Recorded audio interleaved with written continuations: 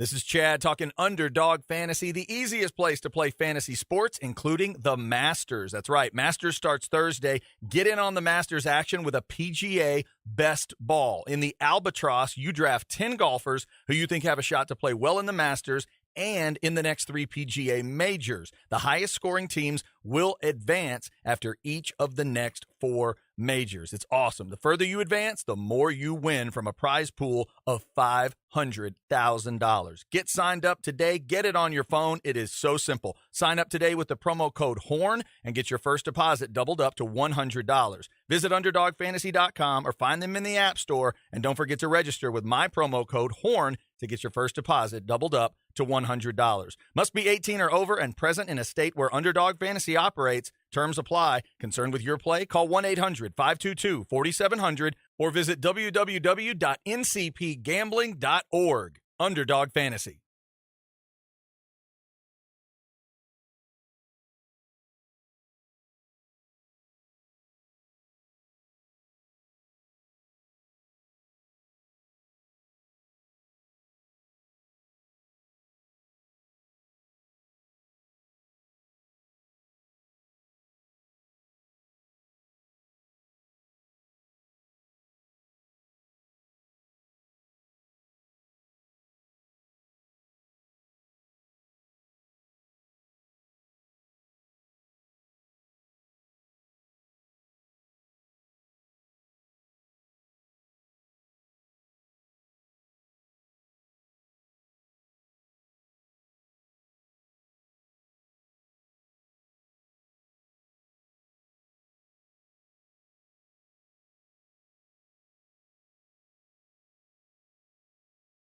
From the UBO Business Services Studios, you're listening to KTXX-FM and HD1 BK, KTAE-AM Elgin, K270CO Round Rock.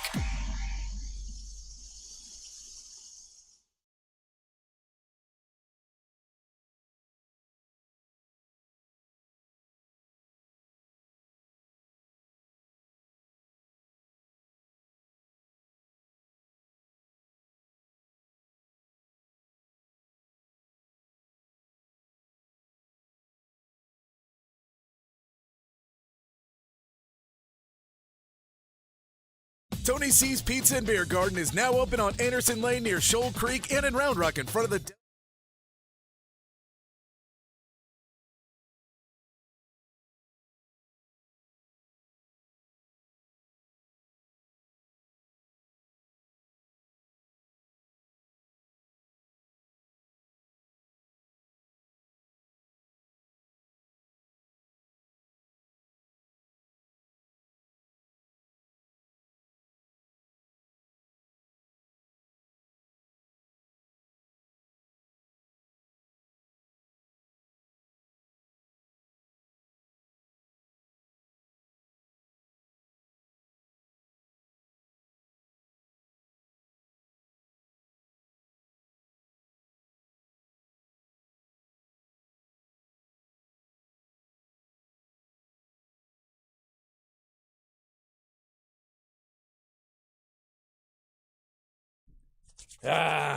You damn right. Hope everybody's having a good Tuesday. Little 4-4 on your calendar. College basketball officially done. Women were done on Sunday, although the stories aren't quite done. Men's now done. And the question, well, the answer was no. The question going into the weekend was, can anybody hang with UConn? The answer was no. They get the win. We'll be talking about that. We'll be talking some football as well today, including a little NFL mock draft talk, Longhorns in spring practice. We're 11 days from the spring game. All of that is coming up. It's Chad and Zay on this Tuesday. I'm Chad Hastings, joined once again by Isaiah Collier. What's up, Zay? What up, Chad? Happy Tuesday, everybody. It's basically our Wednesday since you got us Friday off. Big time ball stuff. Appreciate that. I really do. But yeah, man. Yeah, last night, best, worst game I've ever seen. Is that where we're going to go? That's where I'm going to go with it. Best, worst game. The best bad game? Coach Rodney Terry, probably not listening right now, but if you are, get your passport ready. Get all your shots that you need. and get your ass to Africa and get one of them Africa big brothers and bring them to the 40 acres. The weather ain't that much different. It gets hot up there. It gets hot down here. Get you an African brother. So it helps. You watched last night thinking, how big is the Sonogo family? Yo. Do we have siblings? Can we check? Either side. Either side. Do we have male siblings? Do we have female siblings?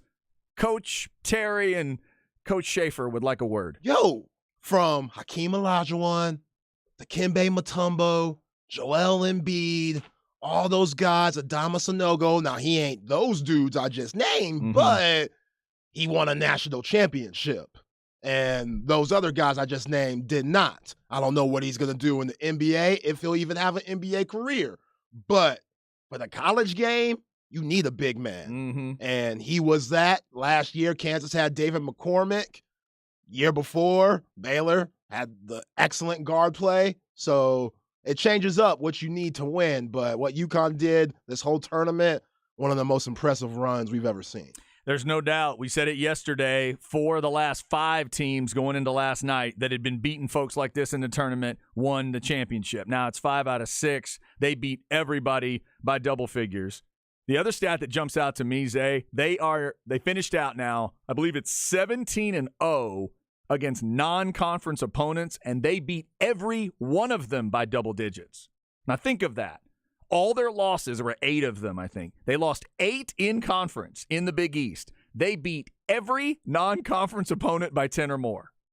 Now that's silly. Yeah, and just not trying to hurt your heart, Horns fans, but Xavier, the team that you drove in the Sweet 16, they beat that UConn team twice this year. Oh, so, wow. I didn't realize they swept them. I'm not one to say I don't know if they swept them. Beat them twice, maybe they beat lost them twice, in the maybe the tournament. I don't know if they right. played or not, but they beat them twice this season. And I'm not one to say, the team that you beat means that you can beat the other teams. Every matchup is different, and we know UConn was on that run. But Dylan Dessou, that would have been a huge difference in that Miami game. And if we would have seen the Final Four matchup with UConn and Texas, I think Texas would have given them a game that they didn't see all tournament. Even though last night San Diego State came within 5. Yeah, I was going to ask you, as a fan of a team that was in this tournament, that advanced deep into the tournament and had a shot at the Final Four, do you watch last night and think, well, UConn wins that thing no matter what? Or do you still have that? Is this going to nag at you for a while because you wanted to see Texas and UConn? Oh, it's going to nag at me for the rest of my life. Okay. That just is. I mean, I know some of y'all hate it and say move on. I won't talk about it much on this show, but I'll always think about what if Dylan Dessou didn't get hurt and have that foot injury, where Texas would have gone and what would have happened. Because one thing that we saw with UConn throughout the whole tournament, they had multiple ways they could beat you. So did Texas.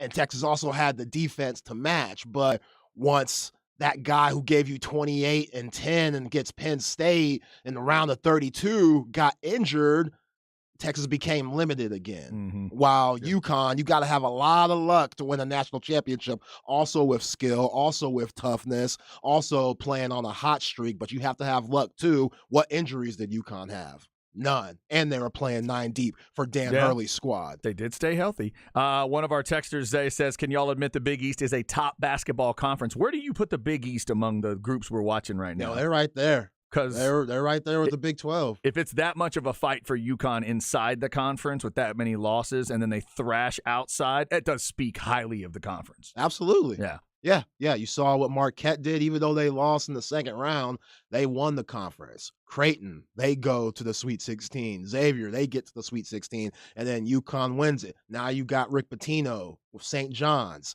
Cooley, he just moved from Providence right down to DC at Georgetown. Yeah. So they're going to get better. Big East, it's looking like back in the 80s when Pitino was at Providence and Jim Boeheim and John Thompson. I know people have a certain nostalgic with that era, seeing Mark Jackson and Chris Mullin and Patrick Ewing. They don't have those type of names in the Big East now. But the Big East is just as competitive as any conference in the nation, and they showed that with how many teams went far in the tournament. Zay, did you mention Rolly Massimino? He was awesome. He was unbelievable. Yeah, Massimino did his thing. Incredible upset at Georgetown. Yeah, we weren't going to have that kind of upset last night, even though there was a little bit of a fight from San Diego State in that second half. They pushed it down to 5, and then Zay, maybe just every time there needed to be an answer. UConn had the answer. They had the outside shots going pretty well. 35% from beyond the arc, not amazing, but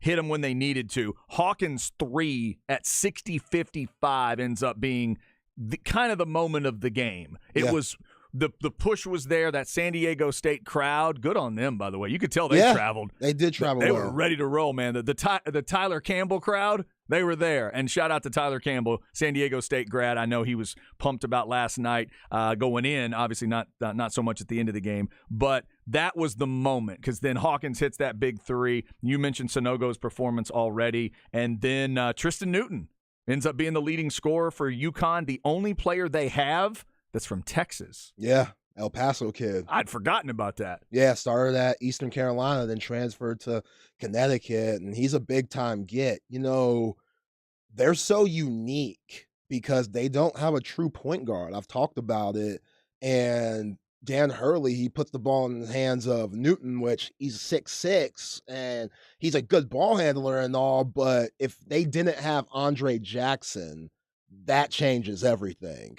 Because he's so unselfish and he's so athletic and so skilled. Even though he had 3 points yesterday, his fingerprints were all over the game. Those 6 assists he had were huge. Him being in the right spot defensively, him just kind of being that anchor. He reminds me so much of Timmy Allen, just he has a different athleticism that Timmy Allen does not have. And, Trammell, Garden Newton, they took advantage of that matchup because he's just too small. Around 5'7", guarding against 6'6", Newton, that's cake and ice cream all day. Just straight up lunch meat party time. And he took him to the hoop. And even though Trammell was right there with him, he still was able to get the shot off. So he got his buckets, and that's where you see that 19 come in, which is huge for them because he's not one of their key guys. Like, they want to get the ball to Sonogo and have Sonogo eat for them, and then that gets everybody going. But like I said yesterday, I wasn't as worried about the San Diego State bigs as I was worried about the San Diego State guards. And coming off that really emotional game-winning shot against FAU, how would they respond? And you could tell it was kind of an emotional high and low roller coaster with this game last night. And like you said, just being within 5 points, you're right there. That's why I said it's the best, worst game I've seen, because there are times where I'm like, God, this is ugly. UConn is beating the brakes off them. And then there are times where I'm like, okay, San Diego State, we're right here. We're right here. Jordan Hawkins hits that 3. Newton gets a layup and hits a couple of free throws. It's a 10-point game again. And then they just kept extending the lead. And in the first half, there was a moment where San Diego State, they were up by 4. It was 16-12. And you're like, okay, then they're doing a little something. But then Dan Hurley starts making subs, and he starts putting Clingan in, 7-2, and he was good last night. For the limited minutes that he had a nasty block shot.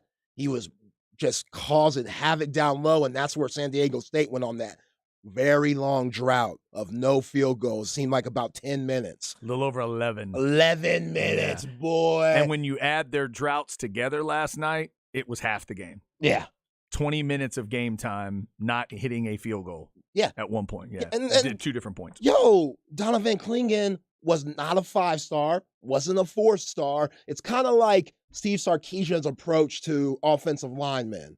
Not necessarily going after the 5 and 4 stars, but sometimes getting the 3s and 2s, but they're over 300-something pounds. So big guys, bring them in, develop them, and then they turn into 5-star type players. And when they leave, hopefully they could be first, second round draft picks. That's what Dan Hurley's doing. Clingan, again, he wasn't even on a shoe deal team in AAU, but the dude's 7'2". You can't teach height. It's hard to coach that.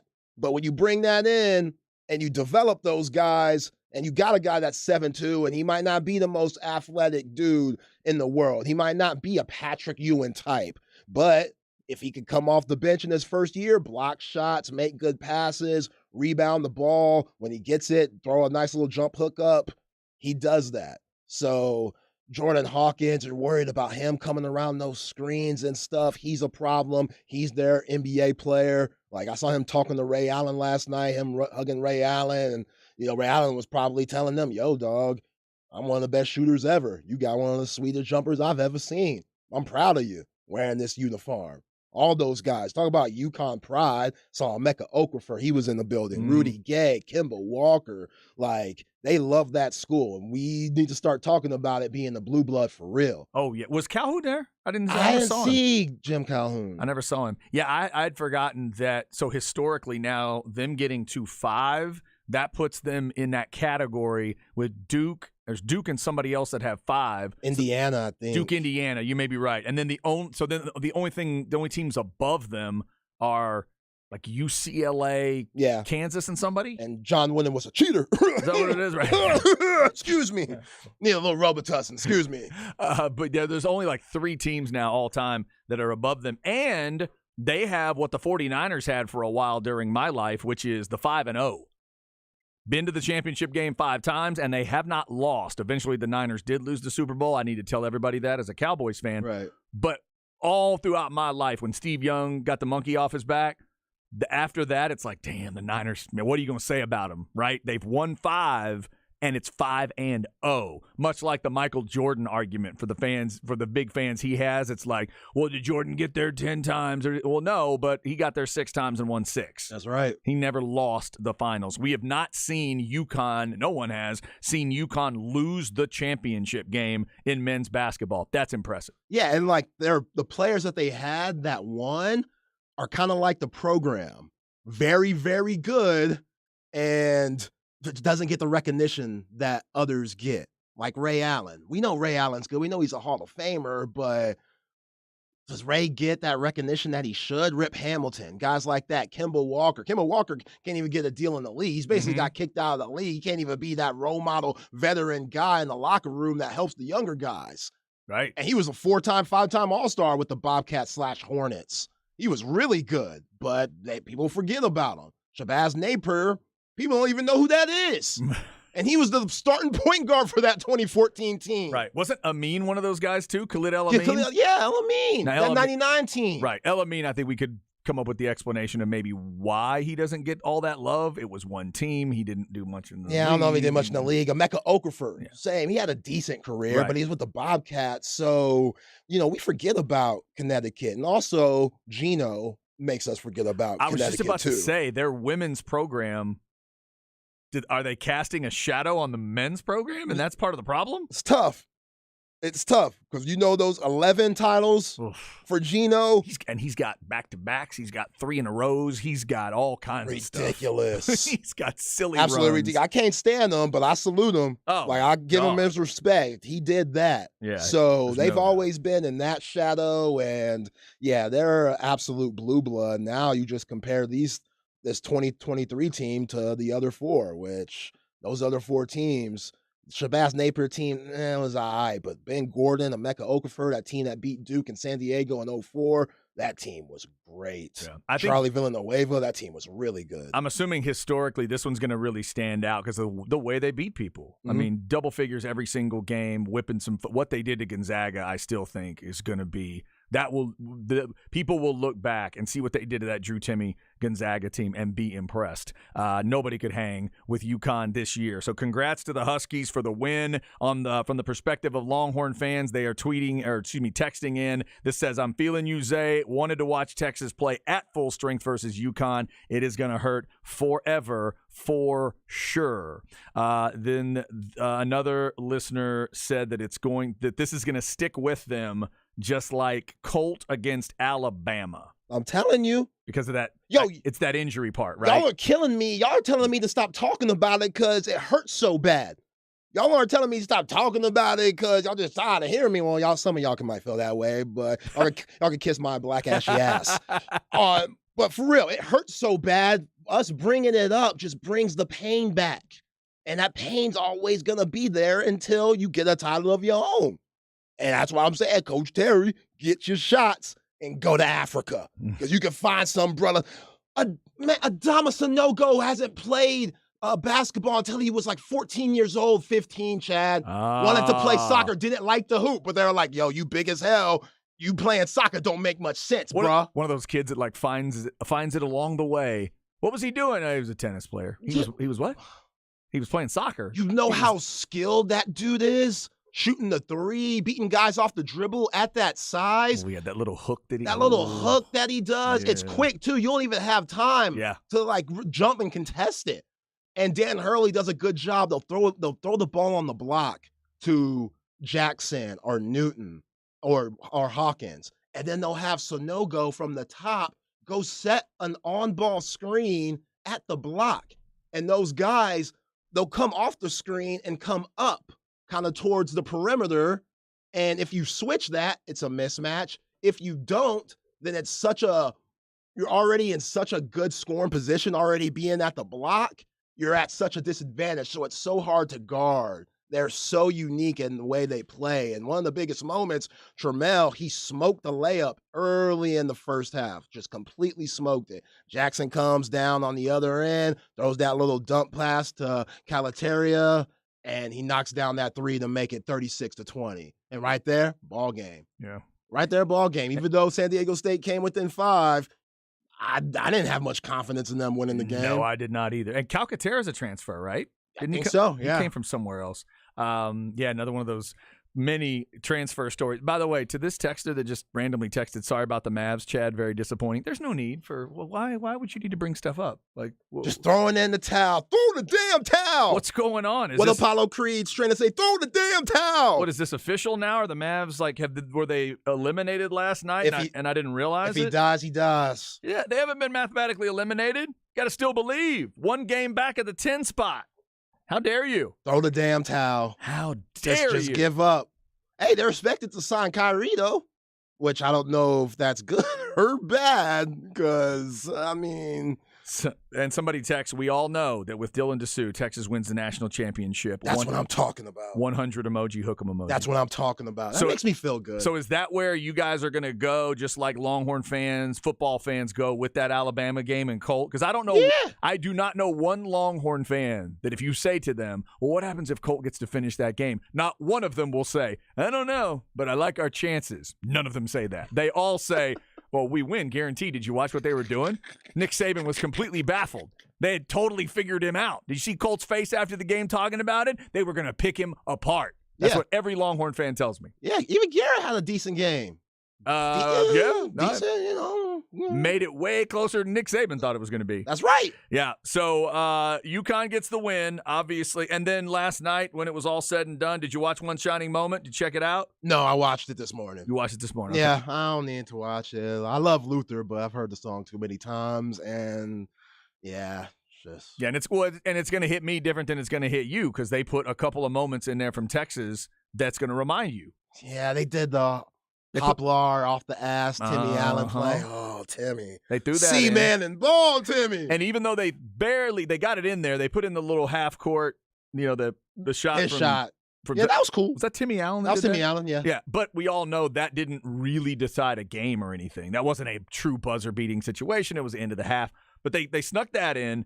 And then they went with the pass off the back, and then they had a quick little shot of Rodney Terry. Oh, and they had Dylan Dessou in the locker room. Yeah. Dylan Dessou in the locker room slapping the Texas logo on there to get to the round of 8. So to get to the Sweet 16, it would have been, right? Correct. Because his game got them to the Sweet 16. So, it was – I always enjoy One Shining Moment. Glad they're sticking with the Luther song. But you better not change Luther. Yeah. Ever. Remember when they did that? They did, didn't they? Remember when they went with Jennifer Hudson that year? Oh, yeah, that was bad. And showed her in studio while it was rolling and took away highlights from us? No, we didn't enjoy that. Basketball fans lost their minds on that one. Go back to Luther. Do what you do.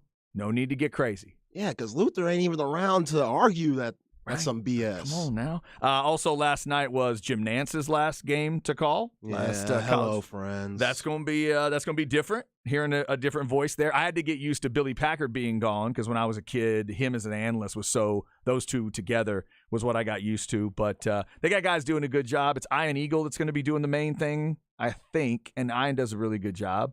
And they got good analysts there, so I guess Raftery's going to keep doing it a little bit longer. I wonder if he was going to cry last night on Jim Nance one more time. Man to man. Yo, how much does Raftery love talking about Duke to Grant Hill? Just giving them crap. That's all they do. Yeah, he does enjoy that. He loves that. He low-key hates Duke. I appreciate it. He really enjoyed last night, and he had a relevant reason to do it, and it was sort of like, hey, Grant, if they get 5, they'll be joining your Duke guys. You realize that thing? Did you know that? Have you counted? Have you counted how many you got? Yes, Bill. Yeah, see, every time they show Bobby Hurley, he's like, hey, Grant, without that guy, you'd be nothing. That's basically just say it. Just straight up say it. We're at that point. Man, without that guy, man, that 7 All-Stars, you'd be nothing. Do you ever just call Christian Laettner and say thank you? How does that work? Every year, once a year, the year of, on that day, the day he hit the Kentucky shot, is that when you call him? Didn't miss a shot. How does it work? Your pass wasn't really that good. He was perfect. Yeah. You're lucky he caught the ball. Did you see how high he had to jump to catch that ball? You did not put that on him.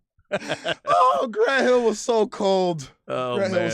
Justin Wells played or threw some highlight clips of Grant Hill earlier this week. Really? Yeah, I don't know if it was Instagram or Twitter, but I saw it on one of his pages, and you might have to ask him about that tomorrow. He was a smooth machine at Duke. He was so smooth. Every time I watch Jason Tatum, I get reminded of Grant Hill.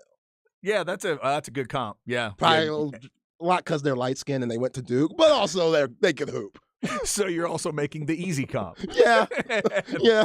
It's accurate, but it's also the easy one to make. All right, so we'll talk plenty of basketball today. Give us your thoughts on the game. What'd you think of UConn? If you are a Longhorn fan, how will you remember this tournament? Let's give you a quick preview of next year. And it has been announced that the Longhorns are going to be a part of one of those cool early season tournaments in college basketball going to Madison Square Garden, the defending champs. UConn will be there along with Indiana, Louisville, and the Texas Longhorns. So this is the Empire Classic presented by Continental Tire. So you'll see a lot of tire commercials, and you'll see the Longhorns at Madison Square Garden. That's a big one, Zay. That's the kind of stuff you can things you tell recruits about, that you're right there with the elite of the elite at the most famous venue ever. Yeah, don't even mess around. Just give us UConn and let's go. We want the smoke. That'd be awesome. We want all the smoke. Willie Nelson, Snoop Dogg. We want all the smoke. Yeah, you got to set that rematch, right? Do it. Yeah. Set the not rematch. Oh, set the matchup that would have been is what I'm saying. That's what I'm saying. Set that matchup and say, oh yeah, these two would have met in the Final Four. Let's go ahead and throw them together. Let Indiana and Louisville be the other side. Jordan Hawkins be gone? Yeah. And I'm very happy about that. He will. Yes, that's true. I'm very happy about that. So Hawkins is gone even as a sophomore? Yeah, he's gone. Okay. He's gone. The tournament that he had, his stock is just skyrocketing. Pure form shooter. He could come in and be a really good 3-and-D guy. He has great size, great athleticism. If he would have threw down that dunk that he missed, that would have been so nasty because he threw that thing, he cocked that thing back almost all the way to his, almost all the way to half court. Looked like that's where his arm was. Right. His wingspan is crazy. He has all the tools. Again, the pure jumper. Yeah, he gone. Yeah. Gone. And Sonogo's gone. I don't know. He's a junior. If he wants to come back. I don't know with him. Caravan's a freshman. Newton and Calcaterra both seniors. But I think they could probably get a COVID year because everybody can. That's what I'm saying. Who knows? So can they come back? Hopefully they don't. Hopefully it's we can't top this. Right. And we want to do some other things with our lives. But Sonogo, he's an interesting one because his NIL, it's going to have to start going crazy that he won a national championship. And I don't know if he's an NBA big. I don't know if he has that athleticism to be an NBA big. Maybe. We'll see. All right, we got some football coming up. Texas football getting closer to the spring game. That's 11 days away. We'll get you some football notes coming up at 1:05. At 2:05, we'll look at a 2-round mock that Todd McShay put out. Up next, though, more basketball talk. Have you heard about this Jill Biden comment that got women's basketball players fired up? Yeah, this women's final won't go away. Plus, how about the ratings on that women's final? We'll get that to you in the crap bag coming up. Stay with us on this Tuesday. If you want to jump in, Specs text line is 337-3776. This is The Horn.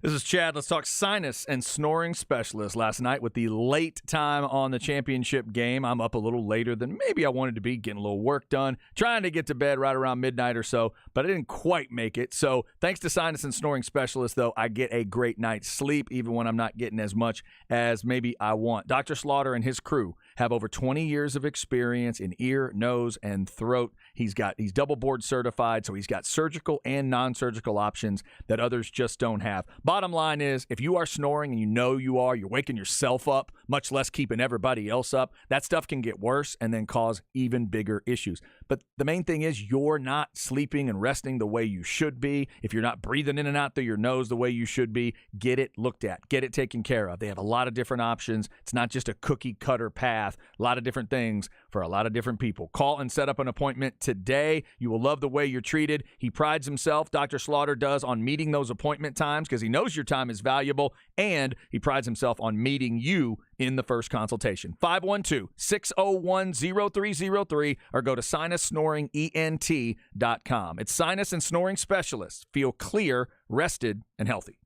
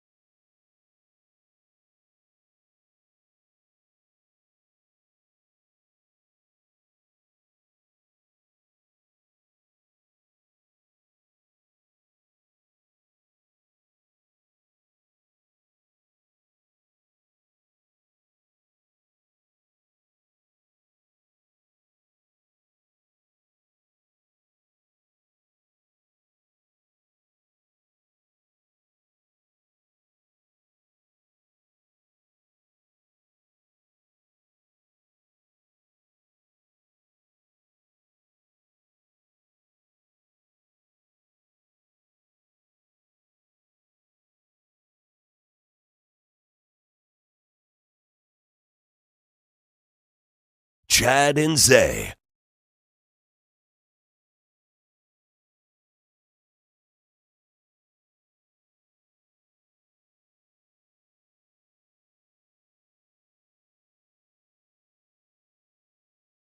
Oh, what a voice.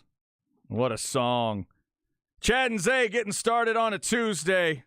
It is the witch herself, Stevie Nicks. I mean that in the best way possible. I do believe she's a witch. I believe she can conjure things with her hands. I believe she could turn me into a frog if she wanted to. And her voice still gets me emotional after all these years. Zay, are you a Stevie Nicks guy at all? Yeah, Yeah? Now, did you play this song for any particular reason? I did not. Because you just set me up for something I would rather not say, but I feel like I need to say it to the people that might be listening, that might be in the same situation that I'm in. This weekend, I was looking forward to visiting with Miss Stevie and Billy Joel. The show's been postponed. Oh. I am sorry to all those. I am sorry to my man Craig Way. I had to give Craig the news. And Craig is a monster Billy Joel fan. Right. Like the look on his face, he's as big a Billy Joel fan as my wife is a Stevie Nicks fan. Yeah, I knew your wife So I'm hoping my loves wife, some Stevie. I'm hoping she sees it before I can get home to tell her and before she gets home tonight. Because if I have to tell her face to face, I don't know what, she might punch me in the head. I don't know what's going to happen. So there's some illness going on in Stevie's band. And so they have postponed it all the way till March of next year if you want to go, or they'll get you a refund. So I'm sorry to be the bearer of bad news, but we do talk music snobbery around here. So if you have tickets to this Saturday show up at Jerry World of Billy Joel and Stevie Nicks, the show is not happening this Saturday. Yeah, you might want to pick up your wife's favorite meal before you break that news to her. Be like, hi, baby, look what I got for you. Yeah, your favorite. By the way, Stevie Nicks, we ain't going. She's going to know something's up, right? Flowers and candy and all these things. Oh, really? My favorite candy and my favorite flowers. What's going on? What did you do? What did you break? That'll be her question. What did you break? She would think I broke something. That's the one thing that that might have happened. So Stevie Nicks getting us started today. That is a fantastic song, recorded live or otherwise. Hope you're having a good Tuesday. We have not talked, Zay, in a little while about the All-Stat Bracket Challenge. Man. Have you checked the All-Stat Bracket Challenge lately? I did. By the way, congrats. You did better than a lot of people. Yeah, so this is what's weird. It's what I'm going to admit to you. When I was looking at the standings for like the regular bracket, it would tell me I was, 118th place or whatever in the early going. I was way, way back. Then I told everybody I filled out the busted bracket thing for the Sweet 16. And I did okay on a couple picks. I think I ended up with Creighton and somebody in the final, though. I just randomly picked it real quick. So I'll be honest, I don't know exactly. I ended up with 91 points, supposedly, and that puts me in 5th place. So that's good. Yeah. So I'll take credit for something. I didn't feel like my picks were that good, but I did have a couple of, I got a couple of those crazy early upsets. And then I picked a couple key teams, I think, getting to the Final Four. But, I think I had UConn getting pretty far, but I thought I had Gonzaga over them. So anyway, I'll take a little credit, but I don't know if I can take all of it. I'm not sure if me filling out that extra bracket helped out. Yeah, a little bootleg, but it's cool. But we all know one thing is key. Tom McKay and the people at AV Consultations, they're not giving me that TV anyway, even if I'd finish first. But congratulations to those folks at the top. If you want to go check the rankings today, I am seeing a Timo right up at the top in first place, it looks like. So I think it's going to be simple for who gets that TV. So congrats to you, and then thank you for everybody for playing, and shout out to AV Consultations for being one of our great partners around here. All right, so I would like to commend Zay women's college basketball on multiple fronts today, because one, they put a good product on the floor Sunday. I was really happy for them for that. We'll talk about the ratings coming up in the crap bag. So that was part one. Part two, they got a little smoke off of the game just because they got a little soap opera, which the NBA would be really proud of. And now we are into day 3 of soap opera, thanks to a weird side plot here. And the First Lady of the United States of America has created a side story yet again with women's basketball. If you did not see it, originally So Jill Biden, who you remember, she was at the Final Four for the women. Oh, she was there? She was sitting there. They showed multiple times where she was sitting. 2 seats away was Billie Jean King. She likes her sports. I've seen her She at does. She a loves lot of sporting events. And they would have a different person sitting between them every time they would end up showing them. So you could tell this was like a big moment for and it was generally it was a female that was sitting between them. But I'm sure whoever else was there was getting to do. So you got to sit between the two of them and talk about sports or whatever. I mean, that sounds like it'd be pretty cool. With all due respect to Biden, I'd be flipping out over Billie Jean King. But meeting Biden would be cool, too. So she's there, and she's speaking then in Denver yesterday and says, quote, "I know we'll have the champions come to the White House. We always do, so we hope LSU will come. But ooh, careful, Jill, I'm going to tell Joe I think Iowa should come, too, because they played such a good game."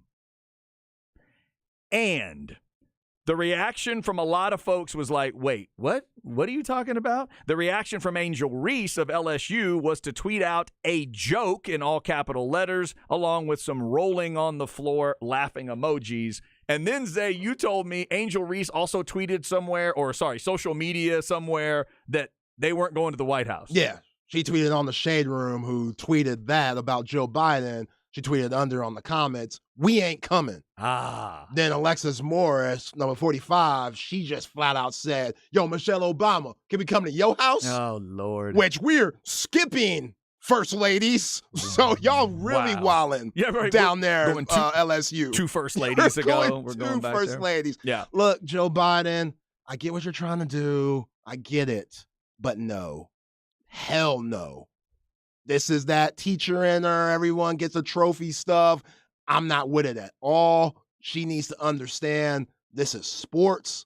This ain't one of those moments. You know what, Jill? How about we have Melania and Donnie go to the inauguration right after Joe and you won? How about that? Wouldn't that be weird? Actually, they are supposed to be there. It's out of respect. But they ain't show up. Well, that's a different story, though. But they are supposed to be yes, there? They're supposed to be okay. there. Yeah, well. yeah. That's supposedly the exchange of power that's supposed to happen. This ain't that. No, it's not. It is not. Then that would mean it would be like last year's champion. Y'all come in, like South Carolina. Y'all come in and talk to them. Like, that don't make no sense. I'm glad you went to that angle of it for Biden, because I do think there's certainly some incorrectness here. I think she's insulting them for a different reason than they think she's insulting them. So it's almost like the Seinfeld thing of, are you insulted as a Jew? No, I'm insulted as a comedian. So in this case, I don't think these LSU players need to be insulted as black women. They need to be insulted as women. They're being insulted to me on a gender discussion, she's playing this weird game of, oh, they played so hard and I think we should still. No, stop. That's not what women's basketball players fight for. Women's basketball players don't. And by the way, they don't even fight for actual equality with men's basketball. That's not the battle. They just want to be respected in a similar way as fighting for these things. So the Diana Taurasi's, the Lisa Leslie's, the whoever you want to talk about of the world, they didn't fight all those years and play all those years, and Cheryl Miller and all. They didn't do all that. So you'd say, you know what? If the second place team fought hard, we should invite them too. So that's what I heard. I heard like a grandmother vibe coming out of her. I do not believe Jill Biden meant that in any kind of racial context. Now, is there something that's way under the surface that maybe that I don't know.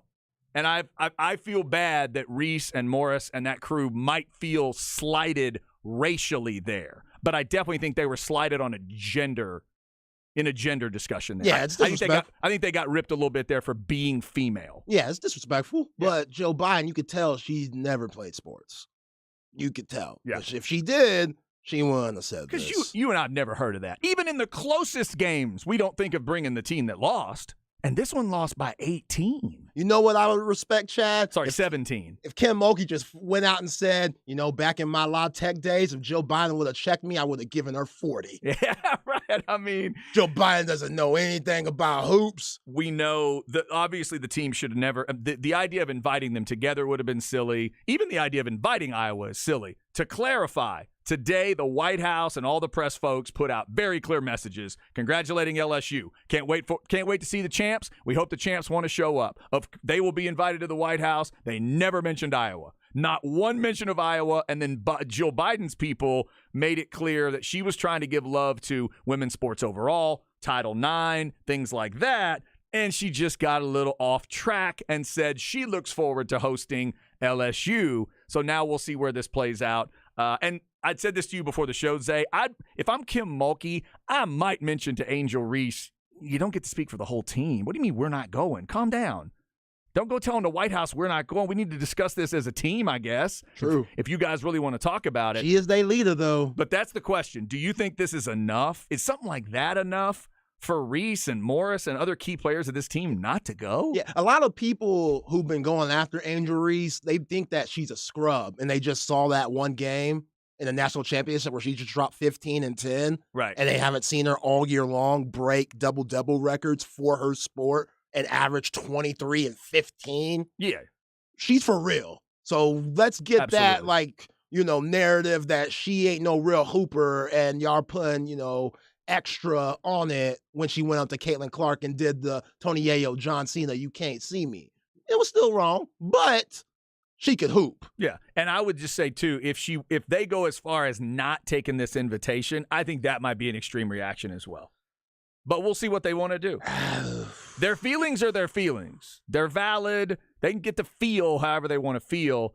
I just, we'll see. We'll see if they want to reconsider. We've had a lot of these discussions in the last few years, whether it's from the White House perspective, because during the Trump administration, they just didn't invite a whole bunch of teams.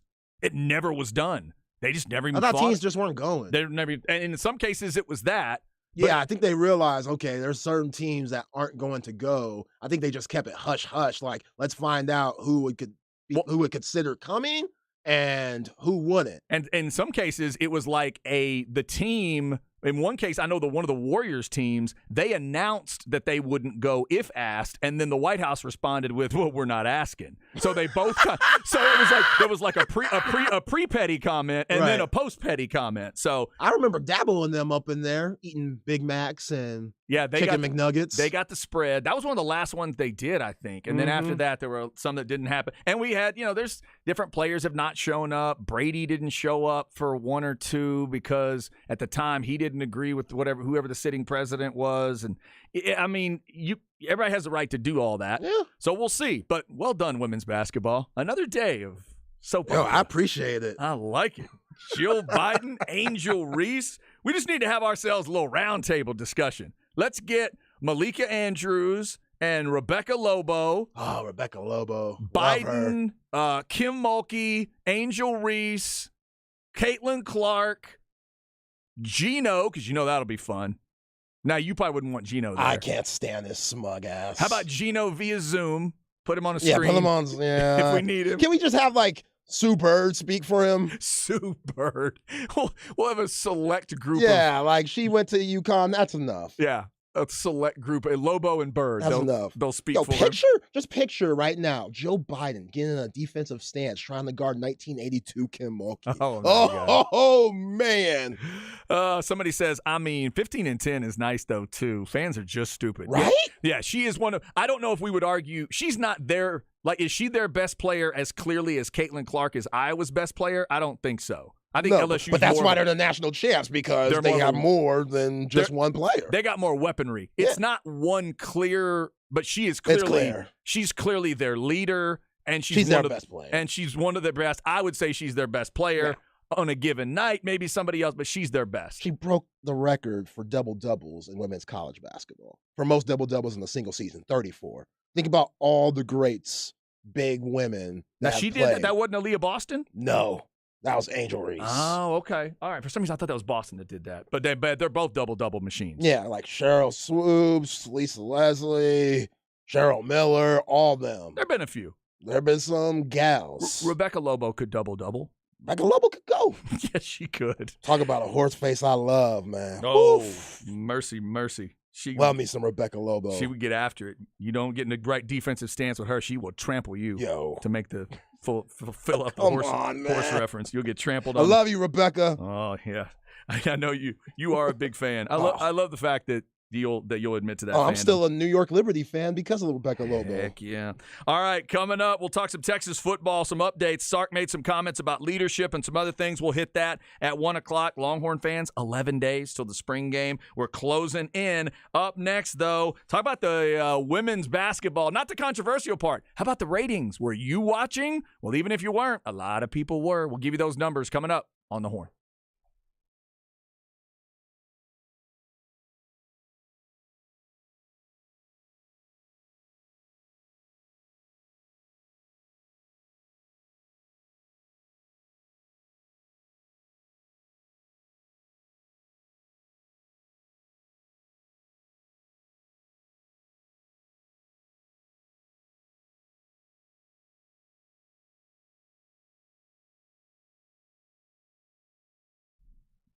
This is Chad. Let's talk a little Apple leasing. I love my new car from Apple Leasing. It was definitely new to me, but it was pre-owned, and they've got those options for you as well. I tell you, they get you all the different options. That's both new and used options for you, and they go, okay, because mine ended up being a 2019 with less miles on it, and that was an option that I chose. That just ended up being good for me. But if you absolutely want a new car, truck, SUV, whatever you're looking for, any make, any model, they will go out and look for those as well. They'll go out to all their different locations and all the different contacts they have and find you all those deals. They'll find you the rebates. They'll find you the sales. They'll find you all the different selection choices, so you don't have to do all that legwork. You just make a phone call. 346-9977. That's how you get it started. 346-9977. I called up. I talked to Beth. She figured out what I wanted. She went out and found those options, came back to me. We discussed it one or two more times, and then I was ready to roll. Signing everything electronically, so that's a lot easier, and they delivered it right to my driveway. They'll do the same thing for you. 346-9977, or just check them out at appleleasing.com.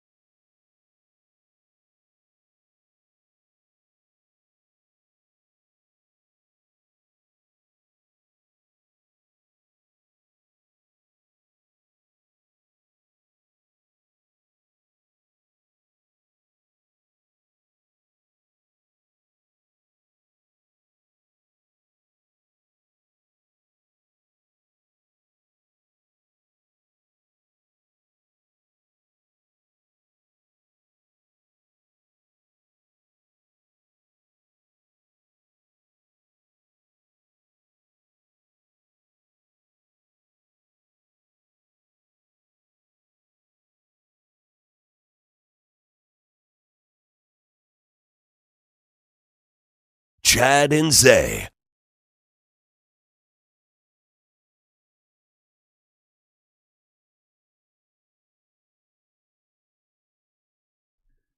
Now, this is some easy listening right here. We're just cruising on a Tuesday. Yeah, it's definitely something Craig Way would bump. This is not anything that's going to get anybody in trouble. We're going to keep it safe. We're going to keep it clean. Here we go. Wow. So, Man, I do not. yeah, the dude on the cover, it's literally in black and white, and he has his hands crossed like this. So he's trying to look tough. Oh, he's trying to look tough. This song is definitely not that. And I'm going to, yeah, this feels very yacht rocky, but I don't know who it is. So, like, it's not Christopher Cross, but it just gives me that vibe. But I don't know. Who is it? Hearts by Marty Balin or Balin? Marty Balin. Balin? Spell the last name. Balin. Okay. I'm going to go Marty Balin on that one. If you're a Marty fan, please let me know if I get that wrong. I doubt there's somebody going to let me know. It's a vibe, though. If I get that wrong. It's a vibe. Oh, my God. All right. So it's Chad and Zay on this Tuesday. Marty Balin and Stevie Nicks getting us started today. Quick reminder, check out hornfm.com. We talked about the bracket challenge. Also, the fantasy golf majors contest is up for you. That's powered by Callahan's General Store. Register now. Got to get registered by 5:55 a.m. on Thursday, of course, when they start. First place, $100 gift card to Callahan's General Store, and this will be you're getting in for all of the majors here. Pick one golfer from each group to create your 9-player roster. Scoring and standings are updated at the end of each round. Visit hornfm.com to register and check those standings all weekend long. Don't forget to visit the Callahan's General Store Golf Club of the Month page and find the next course to play. Thanks to Callahan's for being a great partner of ours. We're getting a lot of good text in on the Specs text line 337-3776, talking about UConn winning the men's title. The drama still circling around the women's champions in LSU. Will they accept the invitation to the White House, or would Joe Biden's comments make them stay away? I have not heard Kim Mulkey say they're not going. Kim said they'd go the night of the game. She was asked, if you're invited to the White House, would you go? Kim immediately said, yes, absolutely, we would love to go. And we'll see if, as of now, I would assume that's the answer, no matter what Angel Reese puts on social media. Kim needs to say, we'll go to the White House if the First Lady plays me one-on-one to a game of 5. Actually, forget that. I want to see her play Joe. No, man. Joe and the Aviators. I'm not trying to see the assassination of Joe Biden on the basketball court. Joe with the Aviators and Kim, that'd be good. No, we got Joe tripping when he's getting off the plane. We can't have him getting hit by a Kim Mulkey in-and-out crossover. We are in kind of a run of clumsy, awkward presidents. Yeah, we can't have that happen. Kim Mulkey goes in and out one time. That's it for Joe. He'll have to get impeached because he'll never recover. Yeah, we're on our little run here where don't expect the president to have lateral movement. That's not going to work. That is not going to work these last couple. All right, let's get you the crap bag here, give you that extra good news on the women's championship. Chad's crap bag. Crap bag. If you need an easy way to remember it, just think of a bag of crap. All right, brought to you by AV Consultations, 255-8678, or go to avconsultations.com. So LSU beats Iowa, and it ends up being, check this out, the most viewed women's college basketball game ever. And I'm assuming that would also extend to maybe any women's basketball game that's ever been put on television. So any Olympic game, any WNBA game, 9.9 million viewers on average. They peaked at 12.6. To give you a comparison, last year when UConn played South Carolina, the average was 4.85. So it went from 4.85 up to 9.9 million, Zay. And then here's another great tweet I saw. The Women's National Championship, 9.9 million viewers, are more than any women's college basketball game ever, any MLS game ever, any Stanley Cup game since 1973, the 2023 Orange Bowl, the 2023 Sugar Bowl, 2023 Thursday Night Football. That's a good job putting that in there. Yeah. Because we all know that's the stream version, but well done. Well done. Smart. You beat Smart. the NFL on some level. Smart. Well played. Well played, women's hoops. The 2021 NBA Finals, better rated than that. The 2020 World Series, the finale of The Last of Us on HBO, and the most recent MLB, NBA, NFL All-Star games. Another good one to throw in because we know Very good. we would hope you outrate All-Star games. But shout out to the ladies and to women's basketball. It's so successful right now, Zay, with ticket sales and what they're showing and what the viewership is. They are considering, when the deal runs out after next season, having a separate agreement with the women's basketball tournament. Like, do a separate TV deal. Okay. Have it be its own. And the coaches have talked about, because remember the NCAA came out and thought about, do we need them both at the same location, men and women? The women's folks are now saying, no, we think we can still exist on our own.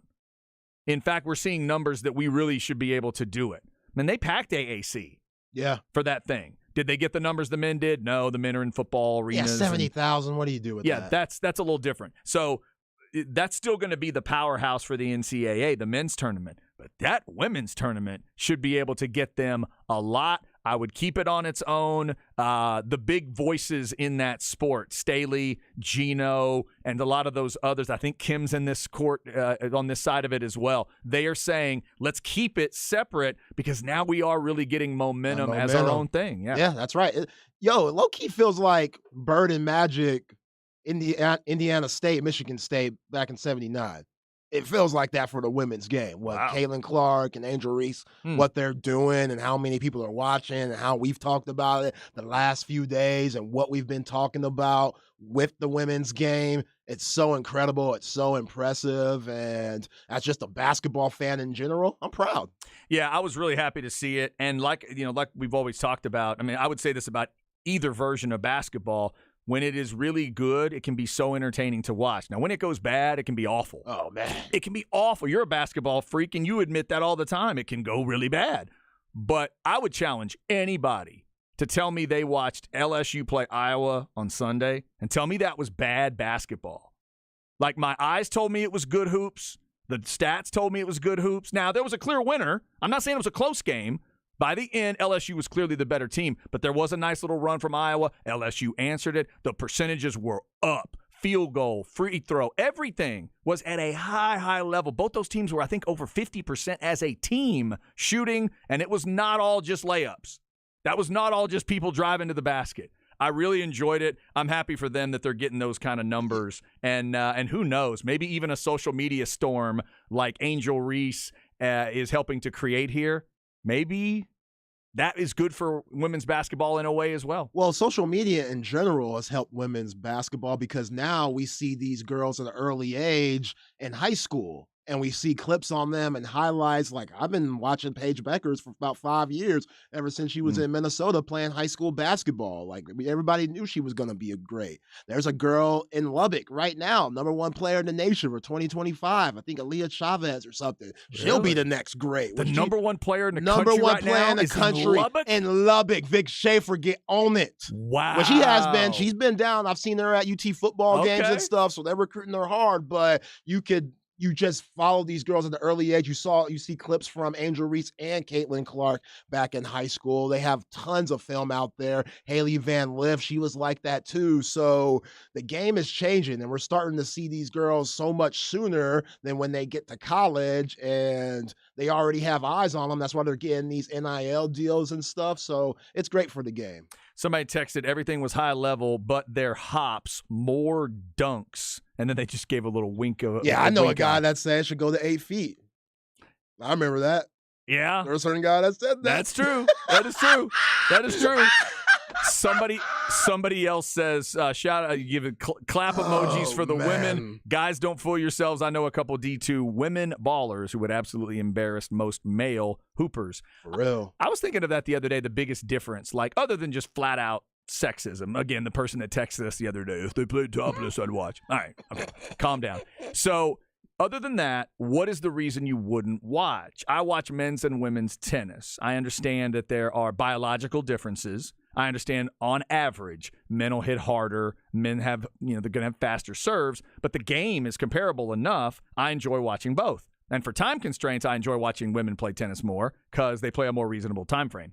But in basketball, I start thinking about the dunk thing. I'm like, is it that important to basketball fans to see dunking? I mean, look at is it that critical, and is it that why people stay away from women's hoops if they do? Definitely. That's definitely a reason, because remember, in the 90s, the greatest player was Michael Jordan. And the greatest thing he did to a lot of people was dunk the ball, even though us basketball purists would say his, mid-range game and jumper, that was his greatest attribute, and that's how he was able to win 6 rings. But what put fans in the stands was his athletic ability. Now you fast forward 25-something years later, Steph Curry has been the best player. Well, LeBron, but Steph Curry, he's been one of the most famous players in the way he's changed the game with his jump shot. So people are like, okay, shooting deeper threes, that could be exciting too. Caitlin Clark, she picked up on stuff like that. So now we're seeing that in the women's game, and coaches are allowing that. Coaches, ever since Steph did what he did, that's why people say that Steph ruined the game. No, Steph helped the game, because now coaches are more lenient and not having these offensive players in shackles and want them to do X's and O's, 8 passes, Hoosier-style basketball. They're letting them play and letting them shoot from deep and play more freely. So, yeah, I think Steph Curry is a huge part of it. Interesting stuff there. All right, so congrats to the women on those big-time numbers. Again, the most viewed women's basketball game ever, and that's a great comparison list that they put out there of all the things that it was got better ratings than. All right, coming up, let's talk some Texas football. 11 days from the spring game. Sark with some comments on who's stepping up leadership-wise and some other things. We'll give one of our weekly guests some love from their reporting. Then coming up, it is the Flex segment, a coach taking the weightlifting challenge, and Adrian Wilson gets another D1 offer. Stay with us. It's The Horn.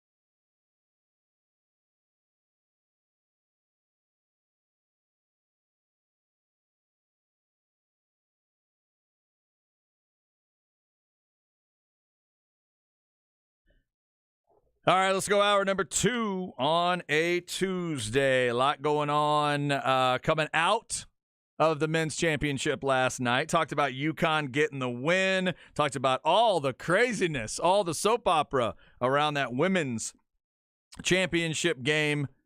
The White House clarifying they are inviting LSU and only LSU to the White House because they're the ones that won the game.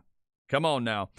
We've gotten into that. By the way, there's just some stuff going on in New York City today. We have not commented on that. We will not comment on that. That's, I know, got to get a lot of people's attention today. But what's going on? Aaron Rodgers to the Jets? We will. Now, that's what we should be talking about. Yeah, right? Is that ever going to happen? I don't know, Is that man. going down? I see people now doing mock drafts, and they'll say, yeah, I did this mock draft based on the Jets figuring this out sooner than later. And then I don't know what to do about the Lamar Jackson thing. Like, they're all trying to figure out the mock drafts based on those two guys, and we haven't had movement on either. It's crazy. There's really nothing going on there. Chad and Zay with you. I'm Chad Hastings. He is Isaiah Collier. Congrats to UConn once again. Clearly better. I've always said it. In a fight, I love two kinds of fights. I love really close, competitive fights that you know who won it, but it was damn close. And I like dominant blowouts. I have no problem with that. I don't have. People will ask me, well, when you pay all the money for a pay-per-view and it's a 20-second fight and then the guy gets knocked out, girl gets knocked out. I said, no, it's fine. It's definitive. It's clear. And by the end of this tournament, Zay, it was clear who the best team was. UConn was the best, winning by double digits in every single game of this tournament, beating every non-conference opponent this year by double digits. I like that. They are a clear, definitive champ. And I'm not going to look back at them or this season and belittle it or marginalize it because they were so dominant. Yeah, we talked about all year long. There's so much parity in college basketball. So many teams are even, and the team that has the most luck with no injuries, playing the hottest at the right time, is going to have the best chance to win. And that was UConn. Even being the number 4 seed and them going through a very tough Big East, Dan Hurley was able to push the right buttons at the right time, and he's a brilliant basketball mind. I mean, he comes from a brilliant basketball family, from his brother being a hooper to his dad being an absolute legend in New Jersey, like one of the greatest high school basketball coaches. People say of all time, not just in Jersey, in the New York area, people say all time, and he's coached a lot of really good guys. So it's just a brilliant basketball mind, Dan Hurley. I don't think he gets enough credit just because, I don't know, he's not one of those big household names like a Bill Self or, just even the guy that was sitting on the podium with Barkley and them, Jay Wright. Like, he's not one of those. Right. So I don't think he's going to get the credit he deserves, but he should get a ton of credit for what he did in these 6 games coaching this team. I think this will help start it for him because unlike his brother, he doesn't have the playing accolades. He played, but nobody really thinks of him as a player. He was at Seton Hall, and he's admitted he thought of quitting playing basketball when he was at Seton Hall, that kind of stuff. But now he's starting to develop his own name, his own attitude. I love this clip that they're playing from January of 2020 where he said, y'all better get us now. Y'all better get us now. This thing, it's coming. It's coming. And in the next 2 tournaments, they got kicked out early, but that's what he said in early 20, before COVID hit. And now you come out of that 3 years later and they win the Natty and they win it definitively. Man, good for him for seeing it. And you could feel it, Zay, from him all through the run. Once they came out of that bad part of the season, every player, every coach, it reminded me of being around here, around Austin in 2005 with that football team. Players, coaches, you could just feel it. They all had the same basic attitude that year. Hey, did you see when the kickoff time is? Yeah. Show up and just watch. Just watch. It'll be fine. Just this great, quiet kind of confidence. They would just let you know. No, I think we'll be fine. Yeah, I think it'll be all right. Yeah. That's the way Hurley's sounded to me for these last few rounds and last couple of months. He knows they're that good. And deep down, he knew nobody can hang with us. If we play like we play and we're healthy, nobody's going to hang. He was right. No, there's no weaknesses on this team. Yeah. They got a good big man that could do whatever you want on the offensive end. They could bring a big man off the bench that's one of the best defensive big men that I've seen all year long. They got shooters all around with Hawkins and number 3, what's his name? Calabera? Oh, yeah. Calcaterra. Yeah. Calcaterra. Calcaterra. Calcaterra, Yeah, yeah. he could flat out shoot it. Then they got really good point guard play for guys that aren't considered point guards, and Andre Jackson and Tristan Newman, the El Paso kids. So all those things, their big men could shoot it too. I mean, what can you not like about this squad? They are stacked, they're deep, and they played the right type of basketball at the right time. They deserve it. Yeah, congrats to the champs. UConn gets it done. We've certainly hit some basketball today, and but there's also football to get into. Speaking of the Longhorns in 05, obviously that's the last national title. Steve Sarkisian hopes 2023 is the next one. They are 11 days from the spring game. So, Zay, they did a presser today with Sark. What did you take out of it as a fan getting ready for this spring game? Yeah, shout out to our guy Joe Cook, who came on with us yesterday. I got a lot of the information from him because he was a part of the presser. Go follow Joe Cook at Joseph Cook 89. And one of the things Sark talked about and was asked today, who will be on the opposite side of Ryan Watts? And Sark mentioned Terrence Brooks, Gavin Holmes, Xavion Bryce, Jahdae Barron, and Austin Jordan. I mean, at the end of the day, we know Jahdae Barron's the nickel guy, and I'm pretty sure with the season that he had, he should have been first team all Big 12 last year in 2022 for what he did at the nickel spot. He was amazing. The highlight for me was in the TCU game where the scoop and score touchdown, and he had a couple other picks and stuff. So really, I would say throw him out, because we know he's going to be on the field. You think he's got a spot? I think he's got a spot. Right. The real battle for me, Chad, is the Terrence Brooks, Gavin Holmes. Yep. And I expect both of those guys to play, but who's going to get that start? Like the battle of the guy from the recruiting side of it versus the guy from the transfer side of it. Yeah. I mean, and Terrence Brooks, what we saw in the Alamo Bowl game, he was balling.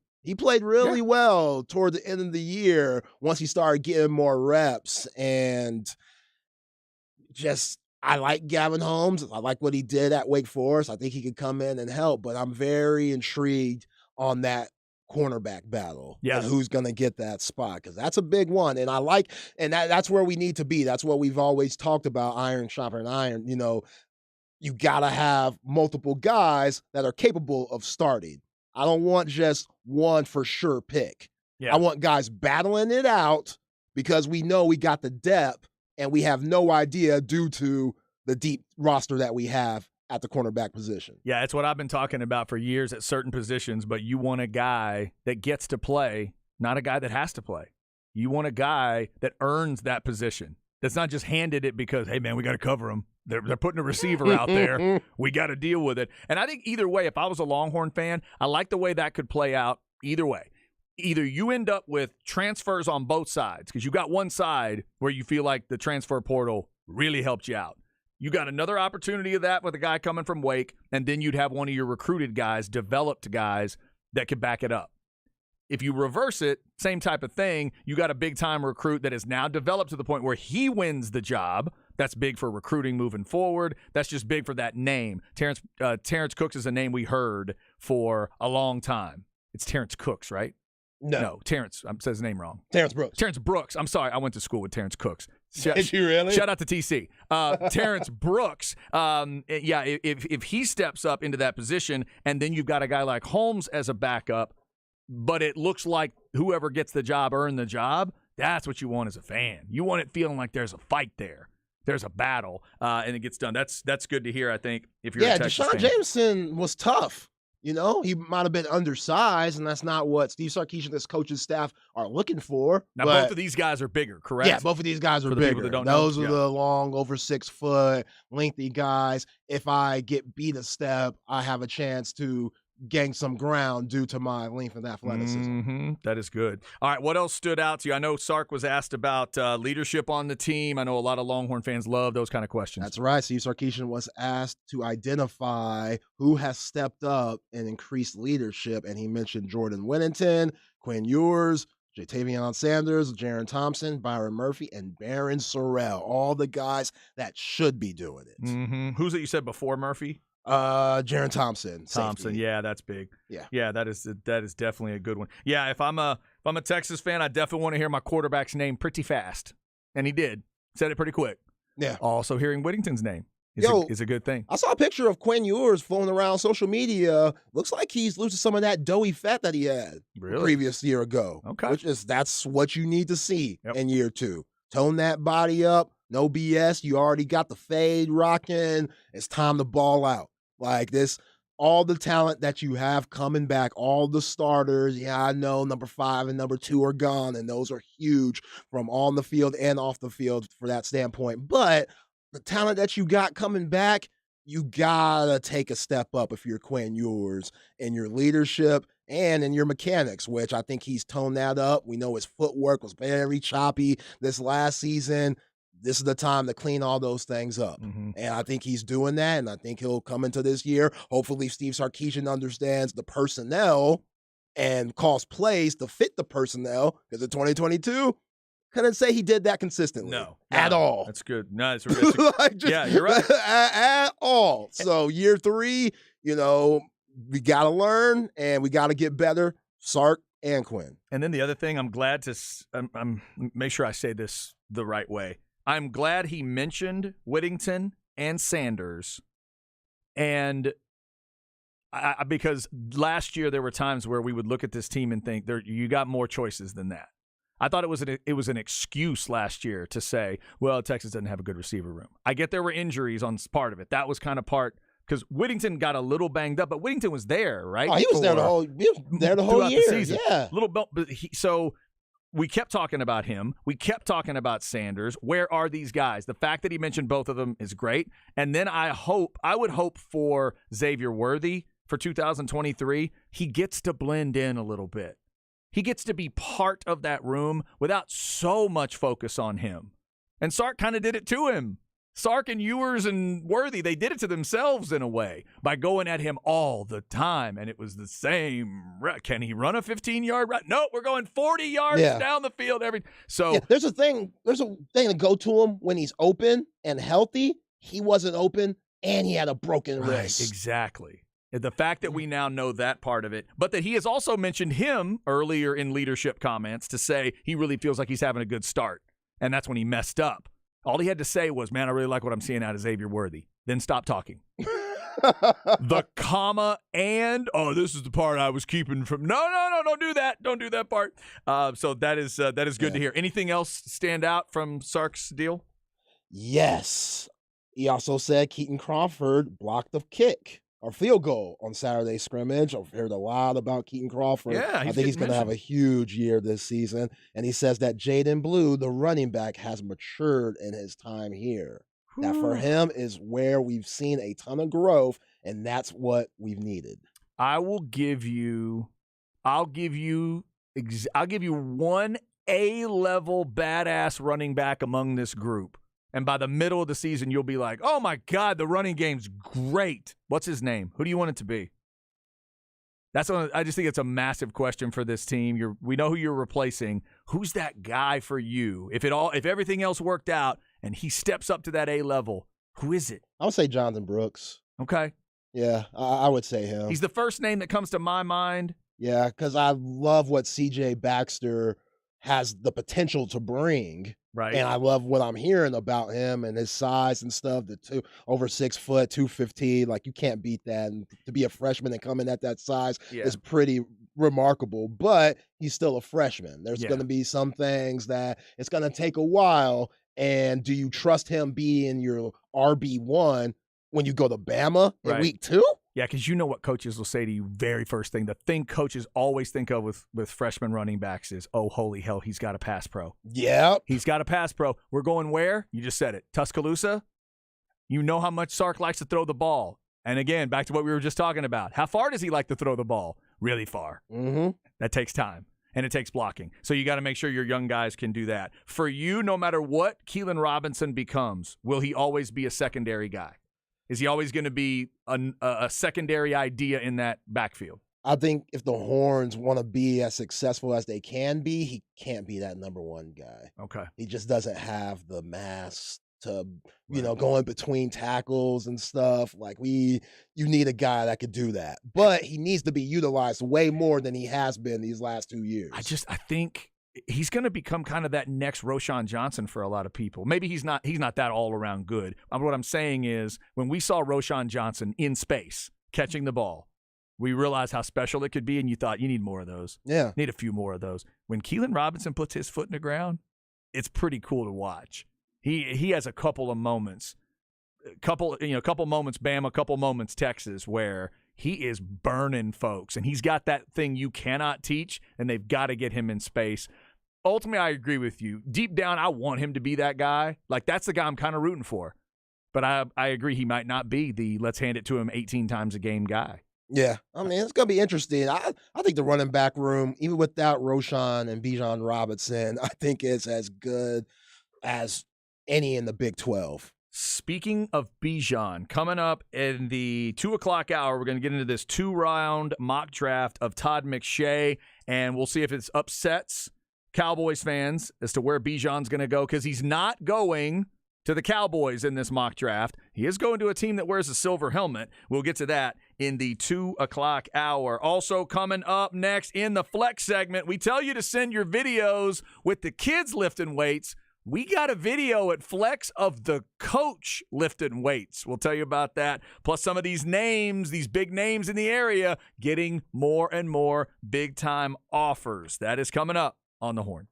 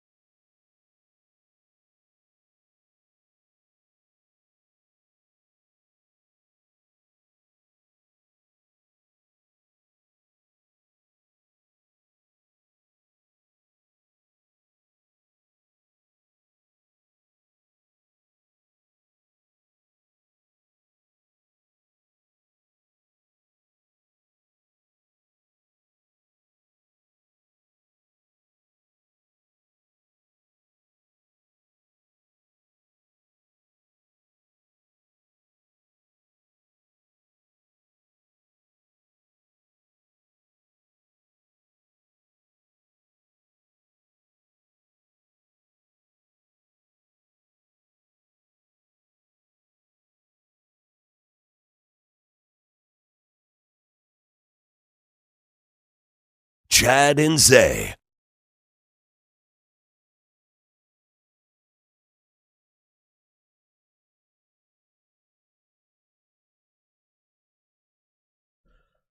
All right, rolling through a Tuesday. Nothing wrong with a love train.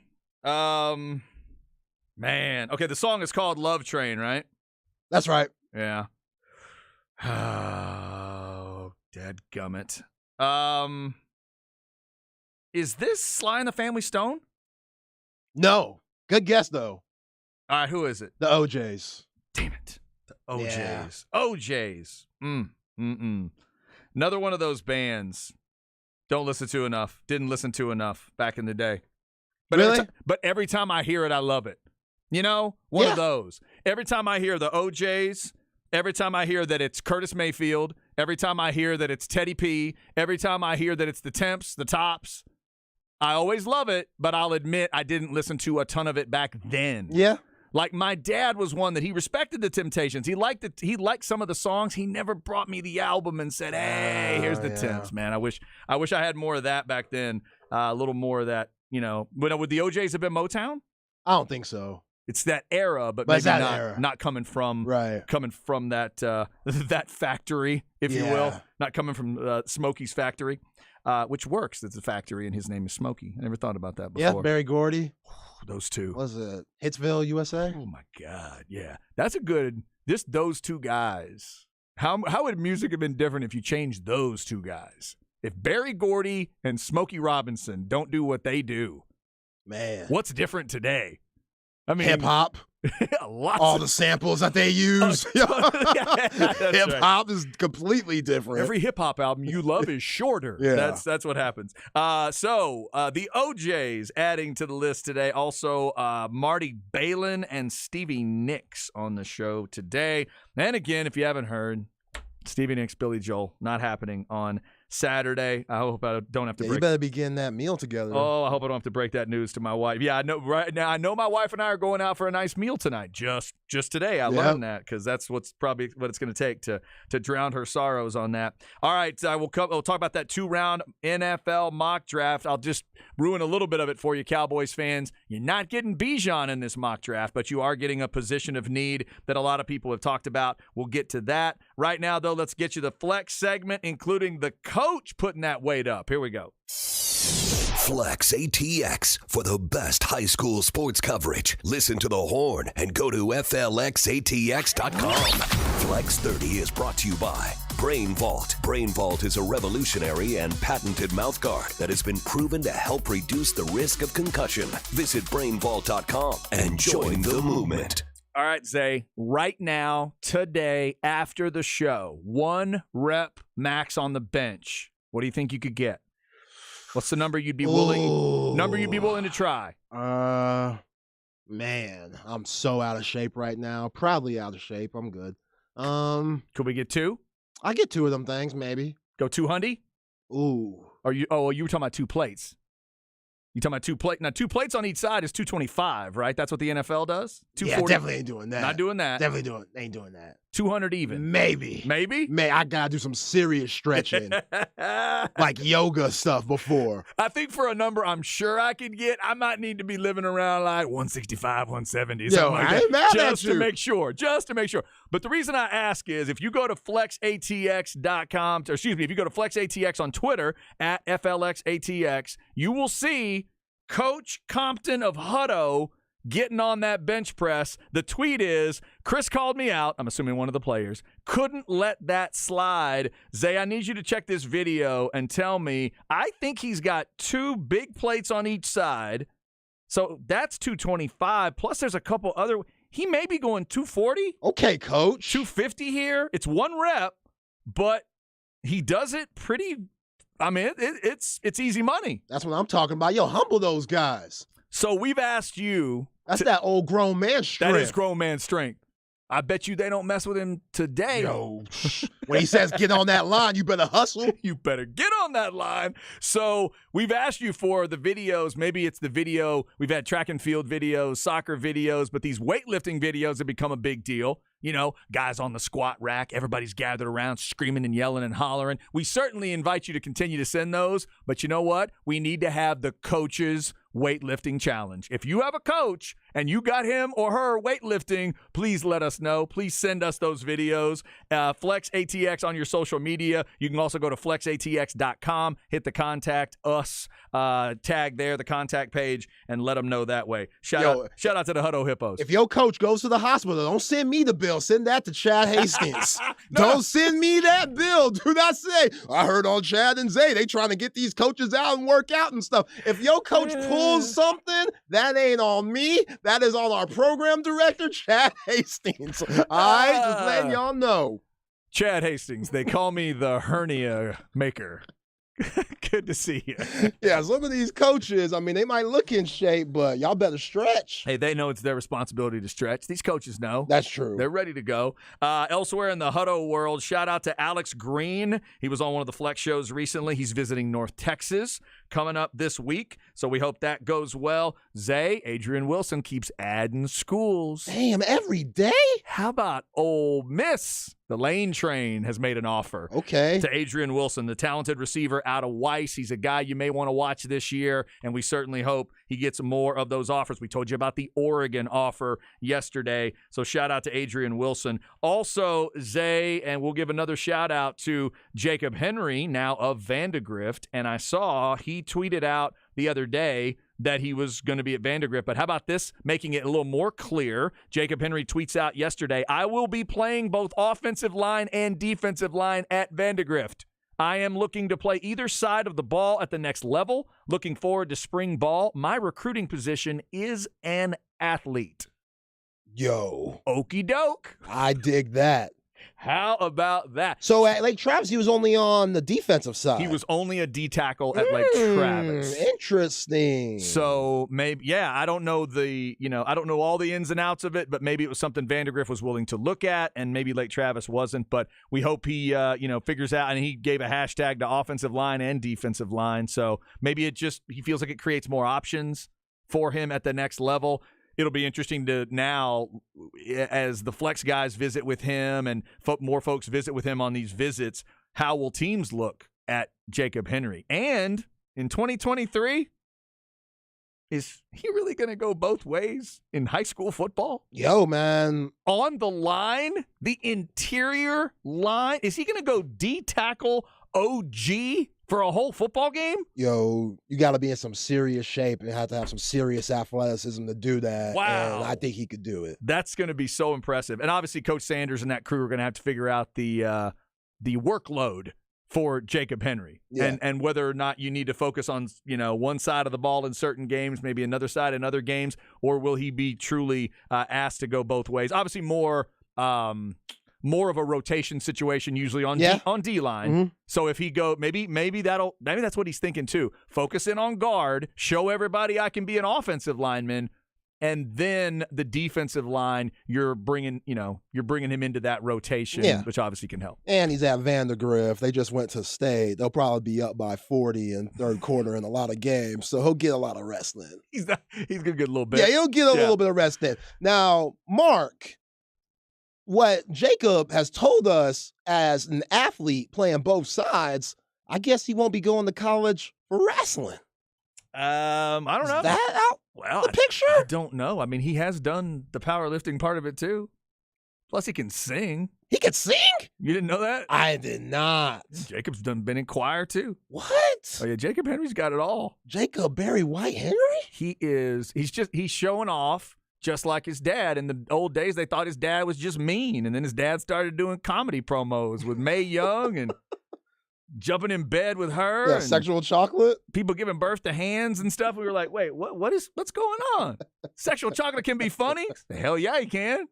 And then Mark just showed everybody. That's what it is. Jacob Henry, we wish you nothing but the best, figuring out what is right for you. A lot of good videos. Also, shout out to Del Valley Football with this. We got another squat video I'm watching right now. Flex ATX. Saw a video of Lake Travis basketball player, 4-star in 2026. Not 2 years from now. 2025. He'll be a junior next year. Okay. Hudson Greer. He's playing for the Pro Skills team. He was up in Dallas. Okay. They said that he shot like 80% from the three in Oh. like 3 games. Is that And good? was Is that dunking. good? Is that a He's good high, percentage? he's high. And in the clip I saw, he dunking on folks and stuff. Like, good grief. Actually, you're a basketball guy. You could tell me, is there anything you can do in basketball at 80% that'd be bad other than turnovers? Mm, I guess falling down. Yeah, that's about it. If you just fell 80% of the time, that'd be bad. Yeah. If you turn the ball over 80% of the time, yeah. But offensive stat-wise, there's not anything I can think of that'd be bad. Talk about bucket getting. How about that? Yeah, serious. Yeah, good And for him. If we're around that time where guys are starting to play summer basketball and stuff, send us those clips too. Absolutely. We'll take all of that. Yeah, absolutely. Let us know about all those big names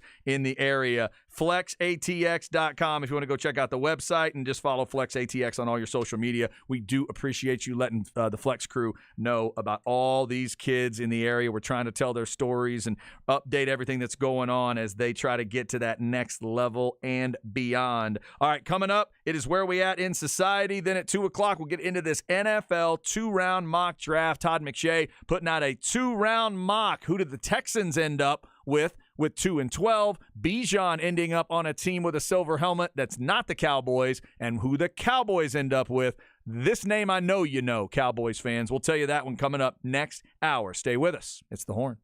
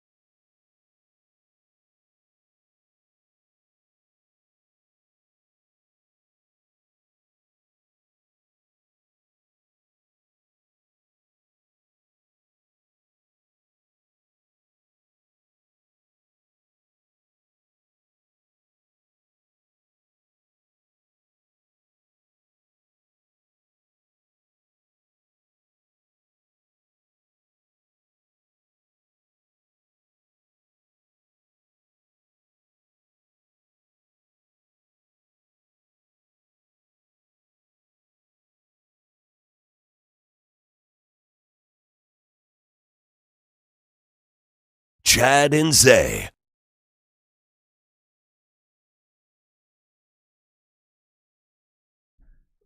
Rolling through a Tuesday. This sounds like something I should know. Oh, well, we got guitar riffs going. Come on now. Where's this heading? I'm assuming we have a vocal coming. Come on, boys or girls. No, it's one of those that takes a while, huh? Yep.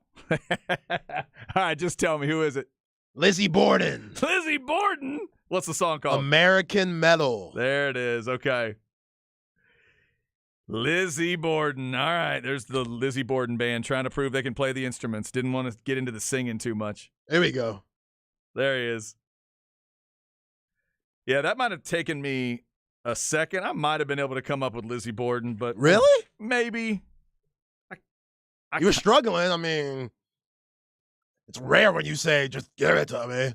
Just throw it to me. Yeah, just the riff wasn't going to give it to me, though. With his voice, maybe. I've heard a little bit of them. I wasn't massively into Lizzie Borden, though. They weren't a big-time band, but that's a nice note he's hitting there. Lizzie Borden, the OJs, Marty Balin, and Stevie Nicks to get us started today. Remember, Texas baseball with a strange start time today at 4 o'clock against Air Force, 3:45 your pregame time. Because of that early start, it will be on 1260 and 1019, so you will get the full Ball Don't Lie show right here on the Horn. And Ace Whitehead on the hill for Texas, 2-0 record, the 6.23 ERA. He obviously would like to get that ERA worked on a little bit, but that 2-0 record looks pretty good. Longhorns got to 16 in a row before Oklahoma State took a couple from them. So we'll see what Texas looks like tonight at 20-9 and 4-2 in the conference. Obviously, this is ducking out of conference. 4 of their next, 5 of their next 6, I believe, would be at home. And they're going to go home series with Kansas State, the Easter schedule, Thursday, Friday, Saturday, and then they'll come back for a weird Monday game, a Monday-Tuesday set with Texas State, and it's going to be Old Southwest Conference style. They're going to go Monday in San Marcos, Tuesday in Austin. Oh, I like that. I miss those days, Zay. That's what they used to do in the Old Southwest Conference days. Anytime A&M, Baylor, and Texas played a baseball series, anything in that triangle of teams, they would do a 2-1. You'd play one game on a Friday at one place, and then the other 2 at the other spot. I like that. It was really cool. Like, the fans would go to one spot, party on Friday night, watch the game, and then everybody would travel to whatever, to that other city. Yeah. Very cool stuff. All right, so Texas baseball coming up at 4 o'clock this afternoon. We got the 2 o'clock hour coming up. Cowboys getting a tight end in this Todd McShay mock draft. We'll tell you who it is coming up. Right now, though, Zay's got something for us with where we at in society. Let's see if it's a soap opera in women's basketball. Come on. Where are we at in society today? Tell me, Zay. Tell me somebody else made Angel Reese mad. Please. Unfortunately, not. Oh, darn it. Do I need to go to Twitter, though? You do need to go to Twitter, Okay. and we got the audio Oh. for where we at today, and Mercy. it's one of the most ridiculous, but maybe not as ridiculous with what we've seen in the last week from this woman. Take a listen. Take a look at this man. He's accused of pretending to be a police officer so that he could get into a Final Four concert over the weekend. According to court documents, Trayvon Stevenson was wearing a police canine vest and said he was there as event security for the Megan Thee Stallion concert. Wow. This woman. Dude loves Megan Thee Stallion so much he impersonated a police officer to see her? He faked being a cop. K9 cop with no dog. One of the dumbest things I've ever heard. Wait. The vest said K9? The vest said K9. And he had no dog? He had no dog. Fam, you almost had it. Did he say he was looking for the dog? Hey, he's already inside. Hey, he's undercover. He's already inside. I got to go find him. Any dog would have been fine. You don't have to bring a German Shepherd. You don't have to bring a Cujo or get a Yorkie. He walks in like walking a Maltese. That- What? At least try, brother. What, a Pomeranian can't be a canine dog? How dare you? At least try. That's- Steve, That's doggist. Stop it. Stevenson, 28, stood before a judge on Monday where he was granted a $20,000 bond. Please tell me there was a moment where he was asked to defend himself and he just looked at the judge and said something like, hey, did you see that first pitch of the Astros game? That's what I'm saying. Did you see her in those jeans? Man, she's magical. That booty's making people lose their minds. Dude, she's magical. I don't even like spicy food, and I've had 9 of those sandwiches at Popeyes. Do you understand? They don't even serve it no more, so you got to get it from Amazon the for a sauce? grip. Yeah, for a grip. He just, like, I would love for him to just, like, throw himself on the mercy of the court. She just does something to me, man. I love that's love. As much as you're right, he did not construct the idea very well at all. No, you got to think it through. Had it worked and he got in and got to see the concert, I might give him a little more credit. Now we know how America feels about dogs, so probably for his best interest, not having a dog was good, because if he were to bring a dog and impersonate a cop and get caught with it, he might be doing 5 to 10. Yeah, that's true. Yeah, that's cruelty to animals in a different way. Cruelty to animals, but bruh, that booty got you doing things like this. This is nuts. See, if he'd really thought it out, he would have brought a dog and figured out. He would have done research on Megan Thee Stallion and figured out, does Megan like dogs? Research Megan Thee Stallion. Research her upbringing. Research she's Houston area, right? Yeah. Research her growing up. See if you can find anything. A reference in a song. Does she ever reference a dog? Does she own a dog? Find out. Find out her breed. Then get that breed to be your canine dog. Kind of stand off to the side of the stage, and then you get invited on stage or backstage because Megan loves the dog. See, that's what he should have thought of. Dude, think it through. Yeah, he wasn't thinking at all. Because I do not endorse this overall. This is breaking the law. You should not impersonate a police officer. No. But. And this is borderline stalking. And borderline, definitely. Oh, yeah, that's good. Yeah, this is very stalker. It's a little creepy. It's level 1 stalker. Yeah, you're absolutely right. But, like I always say, if you're going to do it, go all the way. Do it. You need to do it full speed if you're going to really do that. That's loving Megan Thee Stallion. My God. Yeah, that's how you know you're a hot artist right now. Yeah, now Tim McGraw and Lil Nas X, they also perform, but he ain't trying to see them. I see. He's not as big a fan of No. McGraw and Lil Nas X. Nope, he was trying to see that WAP being twerked around, doing some crazy stuff in some very scandalous attire. He was looking for Megan. Which I can't hate on that. Not the Old Town Road. Yeah, I can't hate on that. No. Megan Thee Stallion is special. Like we talk about the it factor in sports, Megan Thee Stallion has the it factor in entertainment. Okay, let me ask a weird question. Do you have to, I'm assuming you have to pay to get into this Final Four event? Yeah. That's the issue? He just didn't the issue was he didn't have the he money. got in. Oh, yeah, well. He just didn't have the money, I guess. Yeah, so that's why. he didn't have the coin. You should have cut more hair. Where did he get the vest, too?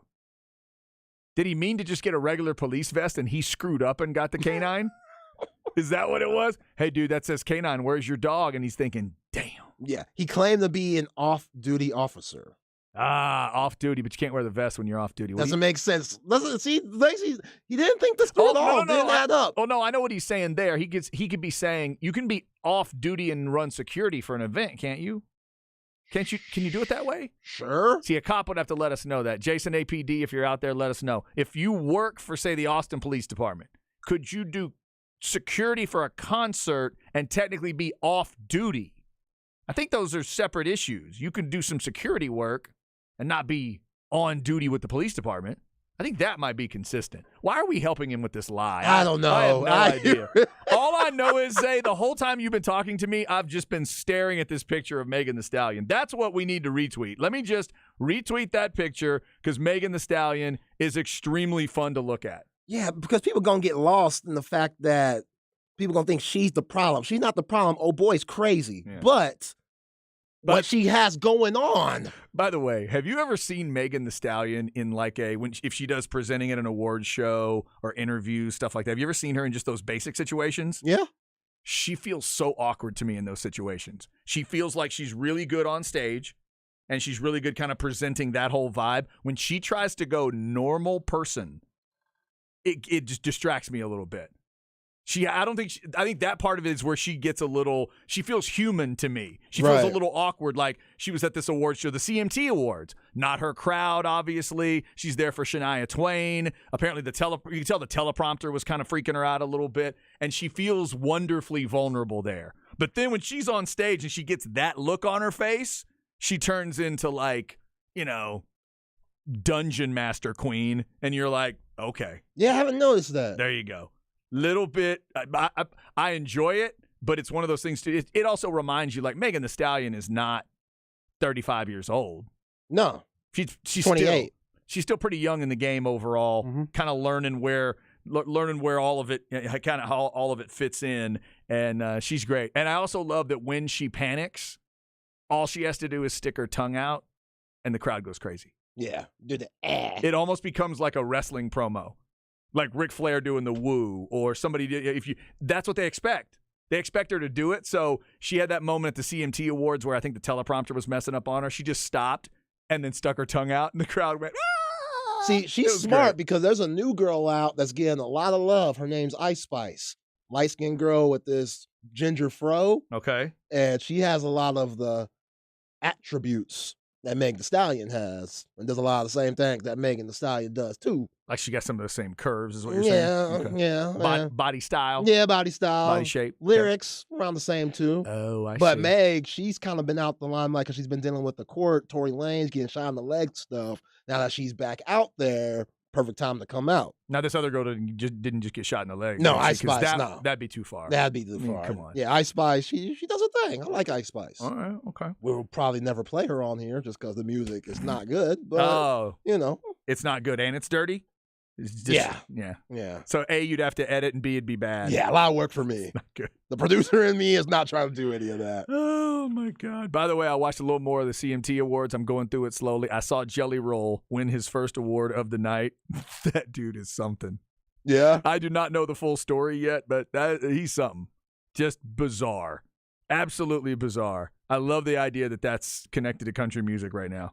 Can't believe that's accepted in country now. That's great. Yeah. They need more of that. Yeah. Having Megan Thee Stallion there and stuff, they need more of that. Kind of dig it, yes. And big surprise, the Megan Thee Stallion picture got a couple of retweets already. It's a huge surprise. Remember, Zay is at ain'tthat_Zay. I'm at C Hastings 1049. All right, coming up, your 2 o'clock hour, 2-round mock draft. The quarterbacks at the top, who the Texans end up with. Bijan ends up in the top 20. Will the Cowboys have to go up that high to get him? And the Cowboys end up with a tight end in this mock. We'll go through it next on The Horn.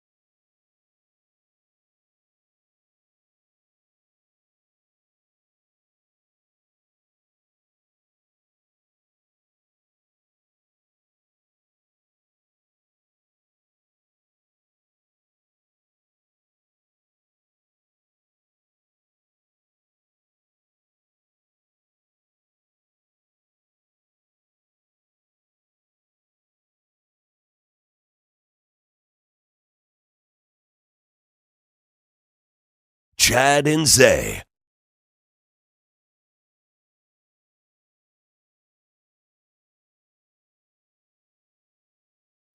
All right, let's go hour number 3 on a Tuesday. UConn men are the champs. College basketball done. We've been talking about that throughout the day. Still drama on the women's side because there's just soap opera all over that place. The LSU team has officially been invited to the White House, and we'll try not to go through every detail of that story, but we hit some of that earlier. Jill Biden got herself in a little bit of trouble, and then the White House tries to get her out of that trouble. We'll see if LSU shows up for the White House invite. It is Chad and Zay on this Tuesday. I'm Chad Hastings. He is Isaiah Collier. He's chosen this beat specifically for you and me today. What do you got, Zay? 281-330-8004. Hit Mike Jones up on the low because Mike Jones about to blow. What you know about Mike Jones, Chad? I don't know much about Mike Jones. It sounds like he's. It sounds like there's Houston from the area code. Yeah, legend. Is Mike Jones a part of UGK? No. Is Mike Jones a ghetto boy? No. Is Mike Jones a solo artist that I need to know about? Yeah. Okay. Yeah. So H-Town, Swisher House, Okay. kind of that mid-2000s, early 2000s, him, Paul Wall, guys like Chameleon there. They started becoming really popular. It's kind of like names in sports. I love the ones that are really, really unique, and then I love the ones like this that are wonderfully basic. Just Mike Jones. So, You know? Just simple. Mike Jones' marketing skills were genius. Really. First off, he would always say his name, Mike Jones, and then afterwards he would go, who? Which will make him repeat himself and say his name again. So he would probably do that on 80% of his verses. Okay. He'd be doing who? Mike Jones, and his album was called Who Mike Jones. Also, you heard me throw that number out. He would say his phone number on songs, and you could actually call him. And it now, was he real. wouldn't pick it up, Oh. but it would like go to voicemail and be like, yo, Mike Jones, you hit up the voice line, get the album, who is Mike Jones, this and that. And then if you left something, then he could grab it and put it in a song if he wanted to? Yeah, like everybody on the Specs text line is saying, who?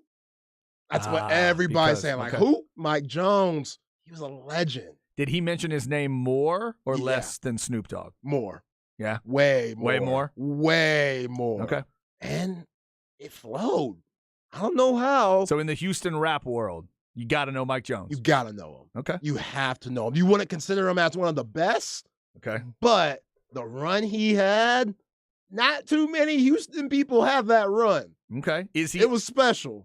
How about this? Is he on the Houston just solo artist? So Yeah. take CB's telling us right now Vince Young was in the Mike Jones My 64 video. okay. Music video. All right. So take the groups from Houston out of it. Just solo artists. Is he on the Mount Rushmore of Houston rappers? Ooh. Is he that good? He might be. Okay. He might be. Sounds like I need to check out some Mike Jones. He really might be. Who? Just because who? Mike Mike Jones. Jones. Okay.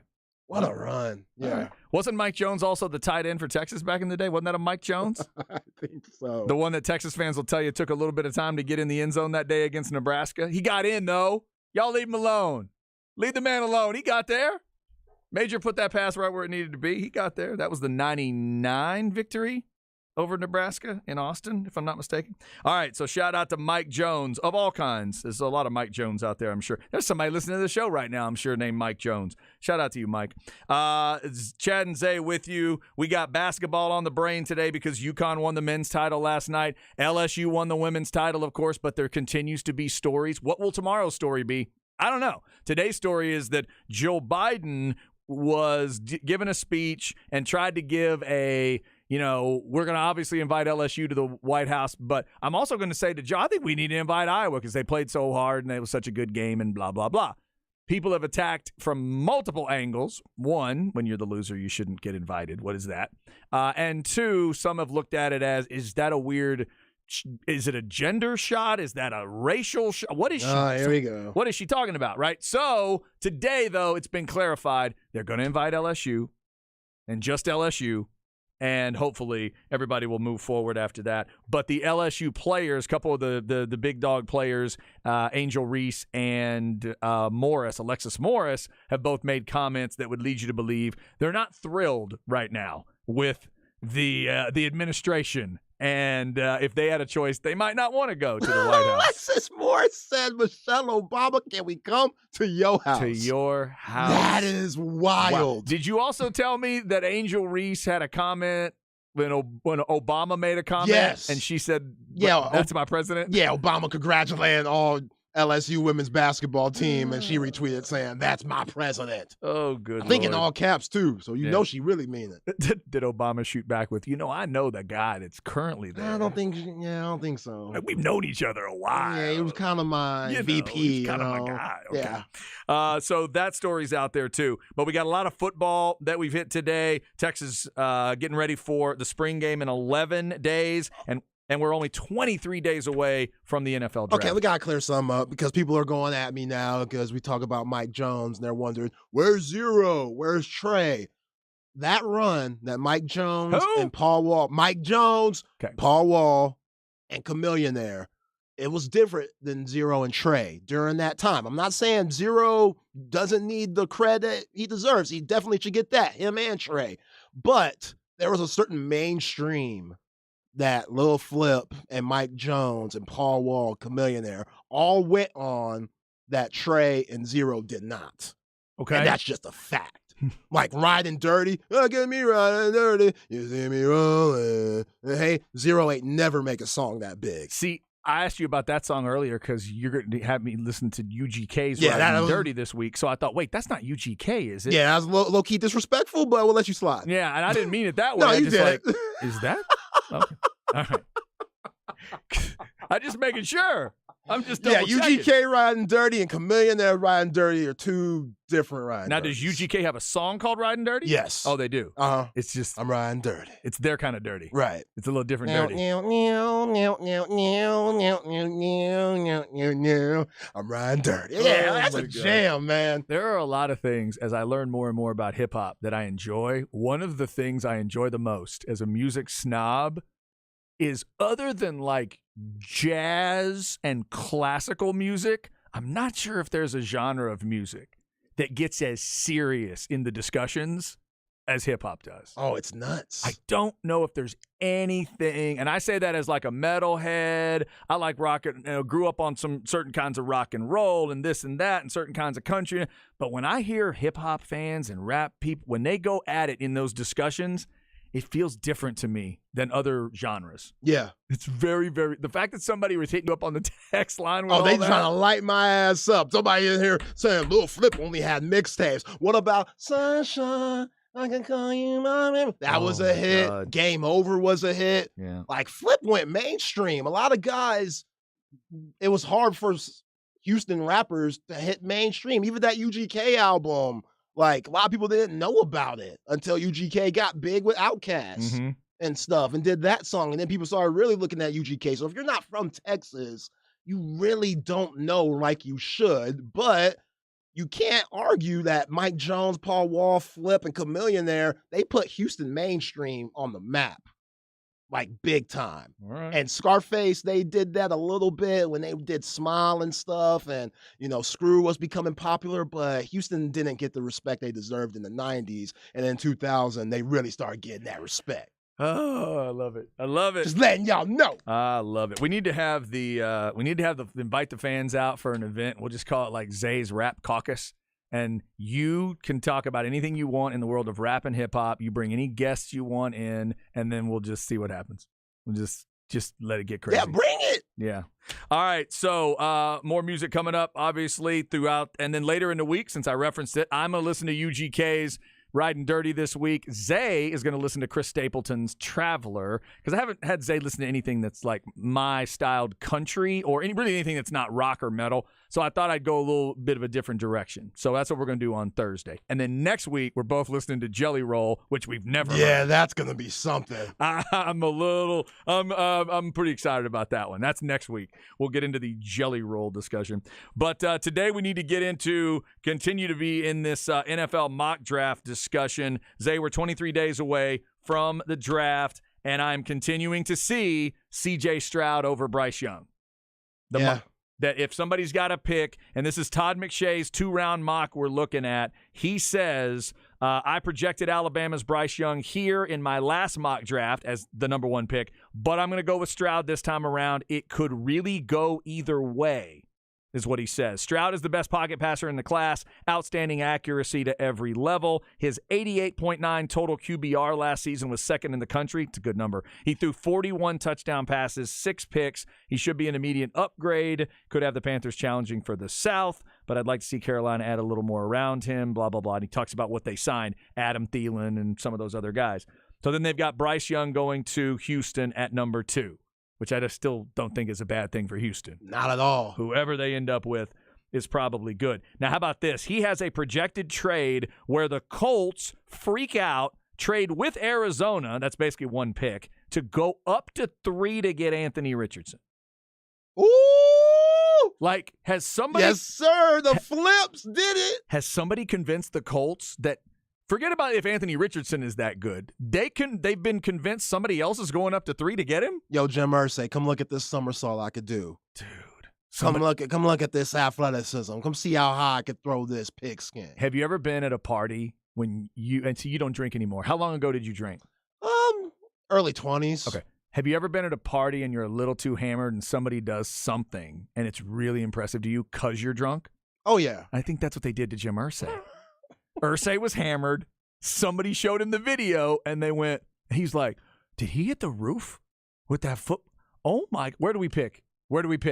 Call the Cardinals. Call them.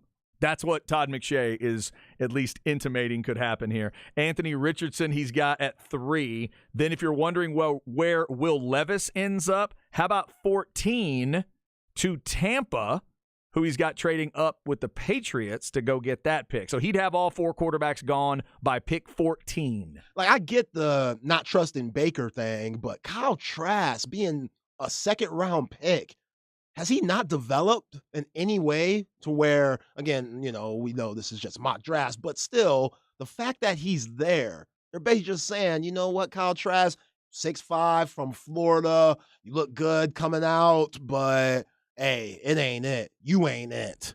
And even with Baker there, Will Levis, that's interesting to me. Yeah. I mean, right now, as an NFL quarterback, you trust Baker more than you trust Trask. Yes. So, is that enough, though? Not much, though. Because Trask, I don't trust Baker that much more just because he has more reps and he's played in more games. We haven't seen enough Trask. That's what I'm saying. Like, they're not even going to Jordan Love the guy. A little bit. Like, I still think the Jordan Love thing, like, we're really believing in a guy to keep him this long. I think this might tell us deep down that the offensive people and the quarterback people, Leftwich and the crew in Tampa, they would tell you behind closed doors that Trask isn't that guy. Yeah, that's what I'm picking up on, too. That probably is what they would tell you. This was interesting to me, Tuesday. How about this at the back end of the top 10? How about at 7? First of all, he's got Tyree Wilson going to the Jets at 6. God bless that kid if he can go that high. I love that story for Tyree Wilson. The fact that he's getting this much love, I think he's really good. I just didn't think he was going to be this highly rated. So great for him if he can pull that off. And that's Detroit's pick from the Rams. But at 7, he's got the Raiders taking Devon Witherspoon, the cornerback from Illinois. I like him. Little run on corner at 7. I didn't realize those guys were going to get hit that high. This is a really good cornerback class. And at 8, he's got Christian Gonzalez from Oregon going to Atlanta. Yeah. That would be incredible if corners are starting to go that early. So Cowboy fans, that might tell you something too, because the Cowboys would love to have a badass corner if they could get it at 26. But if both those guys are gone, maybe not. He's got Houston getting Nolan Smith. We've talked about that in mock drafts. That'd be incredible if he fell to the Texans. One of the best combine performances we saw this year. Yep. He's got Jalen Carter already gone, by the way, if I didn't say that. He's got Carter at 5 to Seattle. And remember, Jalen Carter's people, he has got Drew Rosenhaus. They've decided they're not meeting with anybody that doesn't have a top 10 pick. Even with all the static that went on about the workout and all that, they're sticking with top 10 discussions. So that's Houston at 12. Now let's go down to almost to the Cowboys pick, because this mock has Bijan Robinson wearing the silver helmet of the Lions with the 18th pick. So you want to know about where Bijan Robinson may go. We've had mock drafts, Zay, where he goes 19, where the Cowboys had to go up to 19 to get him. This is a mock saying Detroit at 18 would take him. We've seen the Chargers at 21 taking Bijan. If you're a Cowboys fan and you thought this was going to happen, would you go up to get him? Would you try to put something together? 'Cause I don't feel like the Cowboys are going up I don't think so either. to get Bijan. That's him at 18, and the argument that he's talking, they did get David Montgomery. The Swift is on the final year of his deal. That's kind of the argument that McShay is making there. So then a little bit later, he's got the Chargers at 21 taking Kalijah Cansey, the DT out of Pitt, Quentin Johnston at TCU at 22, Hendon Hooker, 23, to the Vikings. That's interesting. That is interesting. That'd be 5 quarterbacks in the top. Yo, he was really in the good. first And he round. was in Heisman contention until he got injured. He was. Yeah, you're right. And that's going to be the thing, though. You're taking the chance because he is coming off the injury. Right. Is 23 even too much, or is that good value if he recovers? You know, if he recovers the right way, that's interesting. And it's to look. tough. Let's rewind a little bit back to the Lions picking up Bijan. Yeah.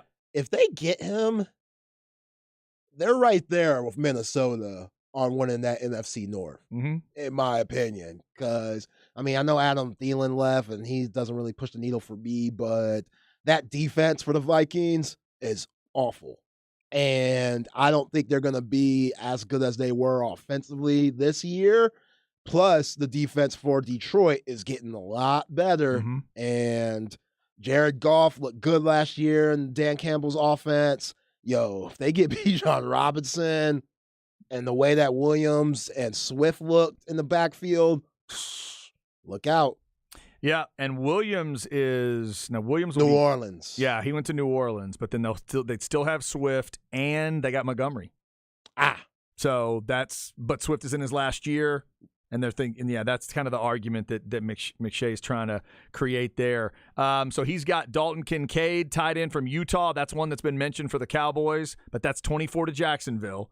So if he's gone, Giants getting Emmanuel Forbes of Mississippi State, a corner at 25. And then the Cowboys, if he's still there, would you have to do this? Michael Mayer, tied in from Notre Dame at 26. I've seen him in mock drafts going way higher than that. Me too. So if he was still there, What's funny about that, Chad?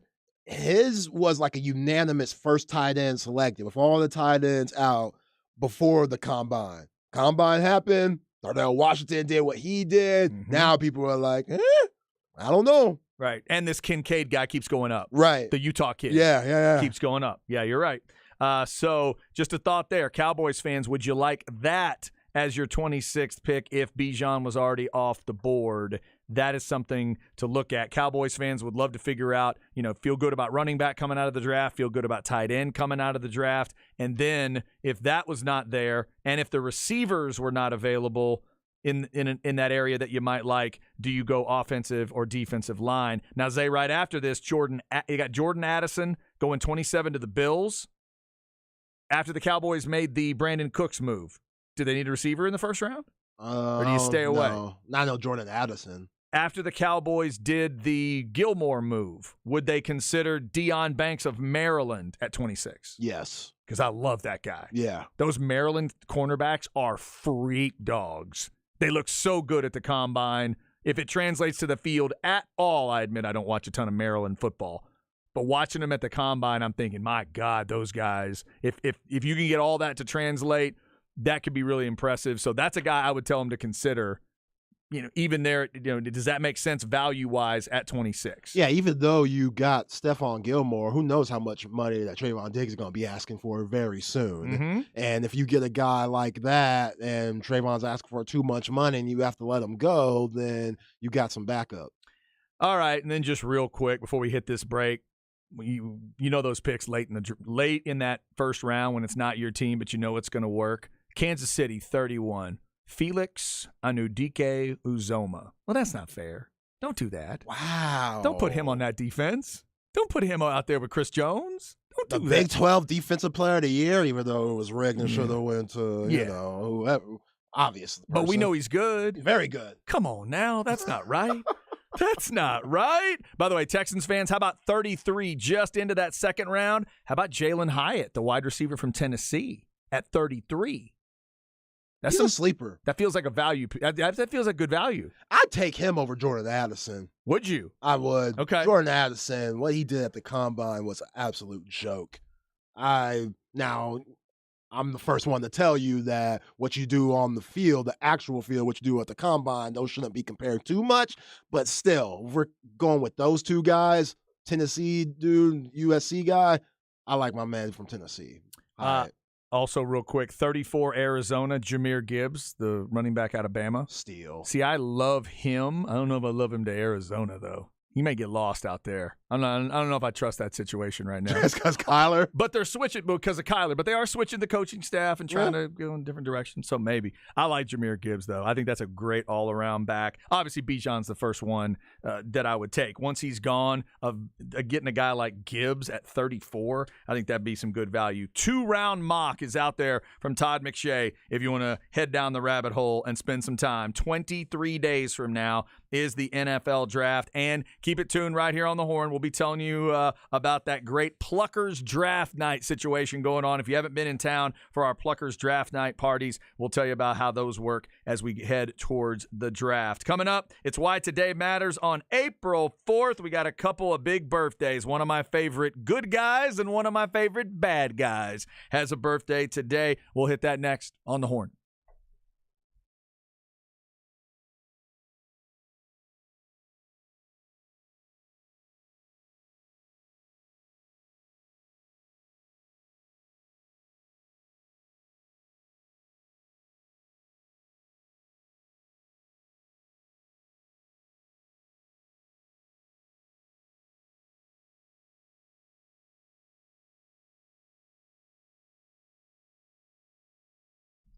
All right, this is Chad. Let's talk Underdog Fantasy and the Masters. It's the easiest place to play fantasy sports, and with PGA Best Ball, you are getting in on the Masters. Remember to get it done before they tee off. In the Albatross, you're drafting 10 golfers that you think have a shot to play well in the Masters and in the next 3 majors. Highest scoring teams will advance after each of the majors as we move along, and the further you advance, the more you win from a prize pool of $500,000, and it's only a $10 entry to get in. I'm going to make sure to get that done tonight. All you have to do is get signed up today with the promo code HORN. Get it on your phone, or you can go online, get your first deposit doubled up to $100. Visit UnderdogFantasy.com or find them in the App Store, and don't forget to register with my promo code HORN to get your first deposit doubled up to $100. Must be 18 or over and present in a state where Underdog Fantasy operates. Terms apply. Concerned with your play? Call 1-800-522-4700 or visit www.ncpgambling.org. It's the fastest growing fantasy app in the industry. Make sure to get a PGA Best Ball. Be sure to join one of those Best Ball deals before Thursday when they tee off with the Masters. Underdog Fantasy.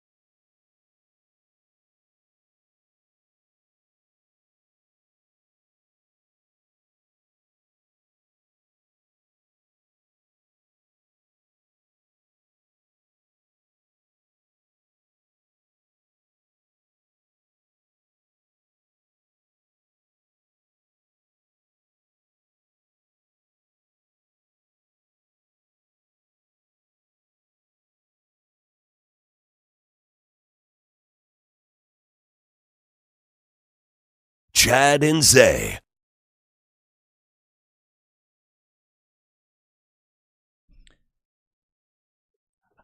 Rolling through a Tuesday. Basketball season officially done on the college side. Zay, do I have any chance here? Nope. No shot. KG in the game. LeBron James. Oh, I like that. All right. Who He is just it? told you. Did I just hear Slim Thug? There we go. Okay. And whoever on the Specs text line said Slim Thug went mainstream, you are absolutely right. He did. Already Platinum was the album. That was a hit. Slim Thug. Yeah, he teamed up with Pharrell and the Neptunes. That's who produced this song. Okay. And they did him right. All right. They did him right. So Slim Thug joining Lizzie Borden, the OJs, Marty Balin, and Stevie Nicks. Plus we had the Mike Jones beat. Who? Mike Jones. I'll stop doing that because there's no way that'll be cool if I do it. The Mike Jones beat to start this third hour. We appreciate all the great music from Zay. We appreciate you for jumping in on the music conversations. People get very serious on the music stuff. That's why we love it around here. Later in the week, I'll tell you what I think of Riding Dirty from UGK. Zay's going to tell us what he thinks of Traveler from Chris Stapleton. That'll be our album swap on Thursday. And by the way, Zay mentioned this earlier too. We will not have a show on Friday. Zay gave me credit earlier. All I did was ask the question. Credit to the bosses for saying we could have the day off. Credit to them. That was fantastic. I know that's a tough question to ask, though. It was. I did ask it. I asked it on behalf. I figured, well, all the worst I could say is no. That's right. And they were nice enough to say yes. So we are getting Good Friday off this week. So we'll have shows through Thursday, and then we'll get a little bit of a long weekend and come back on Monday after that Easter weekend. We hope everybody has a great Easter for whatever Easter means to you, your friends, your family, whatever you like to do every year. Hopefully you'll be able to get that done. The early Easter, a little bit earlier on the Easter side this year. It can always it always changes in terms of exactly where it is, but in the early April version. So that's coming up later in the week, and we've hit basketball today. Men's champions, of course, UConn dominating throughout the tournament. Watch out for Coach Hurley's group. And we also mentioned earlier, Texas gets an early look at that group, whatever they'll be next year, and whoever comes back. Texas and UConn are part of an MSG event in November. So early in that non-conference schedule, when teams are trying to figure out who they are, that cool thing about college basketball where you actually play people in non-conference. You don't have to be scared like in football of your scheduling. Texas, UConn, Indiana, Louisville are all going to go to MSG and play a little tournament. And Zay, I like the fact that you're asking for UConn today as a Texas fan. Yeah, it's the University of Texas. You come here to play against the best teams. We ain't scared. Let's do it. We ain't scared at all. Now, here's the only thing. If I'm putting that event together, because your brand is big enough and because you made a run to the Elite Eight, do I put y'all on opposite sides? Because right now, y'all are bigger basketball names than Louisville and Indiana. Currently. Ooh. At this exact moment, the two of those. Yeah, both those schools got rings. The two got rings, But yes. I hear you. But this past season, y'all were the two bigger names. UConn wins it all. Y'all almost played them in the Final Four. You were right there. And Louisville and Indiana were not at that level. Interesting. I don't know. I'm just trying to think of it from the MSG perspective. Right. Of, man, it'd be cool if UConn and Texas met. So do we put them in the semis and set it that way and hope they meet? Or do they take your idea and just say, let's put Texas and UConn as the nightcap, and we'll let those other two teams start it out, but people will show up to watch Texas play UConn. That's what I would do. Yeah, because all four of those teams are in different conferences, the Big East, ACC with Louisville, Big Ten, and then Texas, Right. Big 12. So, I don't know. I guess who you've played the least. This will be Texas last year in the Big 12, right? Yeah. Last time. Last ride in the Big 12. Yeah. I want UConn. I want UConn No, first. I get it. I would too. That's what I would do. Because you also want to make sure you put on the best show you can that you know you can. So I would make that first game, that early evening game, and let Texas be. What do they do? Like an 8:30 our time, 9 o'clock in New York kind of tip, or an 8 o'clock New York tip, 7 o'clock, whatever, however they want to do it. I'd make that the late game. People will show up for that, man. Hell yeah. The brand up there means something. Like the UConn brand means something anyway in New York. and then you're adding what the Longhorn brand means everywhere. At the Garden? At the Garden? That's what they should do. That's going to come up November 19th and 20th. If you're interested in making a cool trip to New York and watching your Longhorns, if you're a Horns fan or one of those other teams, that has been announced in the last day or so. All right, let's get you why today matters. April 4th. We'll talk good guys and bad guys.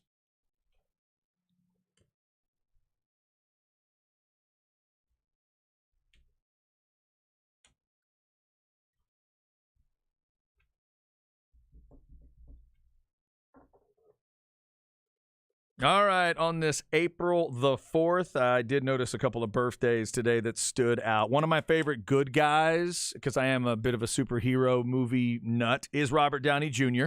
He's 58 today. Really helped start this whole Marvel thing by saying yes to the Iron Man role. It changed everything after that, because big-time actors may not have shown up if RDJ didn't say yes. So shout out to Robert Downey Jr. He was incredible as Iron Man, one of my favorite good guys ever. His life could have went south. Yeah. Real south. And it had already gone pretty south. It went pretty south. He got back into it, though, and it was, what would that have been? Like 2008 is when the first Iron Man came out, I believe. Jon Favreau was a big part of it. Favreau directed the movie. Did he really? And he begged for RDJ. It was his idea. He went to the studio. They were very sketchy on it, but he talked him into it, and it was the right move. Favreau's one of my favorite people in Hollywood. Dude, he's connected to a lot of cool stuff. His range, like I had no idea till you just said that he directed Iron Man. Yeah. That's incredible. Right. He's obviously in those movies as a character, but the fact that he directed that movie. Yo, Swinger and Maid, a lot of people don't know about those movies. I love those movies. With him and Vince Vaughn, their early days. Love those movies. The Couple of Retreats, anything with Favreau, I think it's hilarious. Chef, the movie where he's like cooking in a food truck and he's going around. Yeah, I've never seen that. Going around U.S. He stops good? by the ATX and Gary Clark Jr. plays. It's incredible. Nice. Now, you know how he's really doing well? In both of those movies, both his love interests, Scarlett Johansson, Sofia Vergara. Good for him. Good for him. And for us Star Wars nerds, he was also a part of the whole Mandalorian thing. That show's really successful on Disney Plus. He's directing stuff, writing for that. He does everything, man. His range is crazy. Favreau's crazy. So happy birthday to Robert Downey Jr. Also, happy birthday to the memory of the great Heath Ledger. He would have been 44 today, died tragically back in 2008.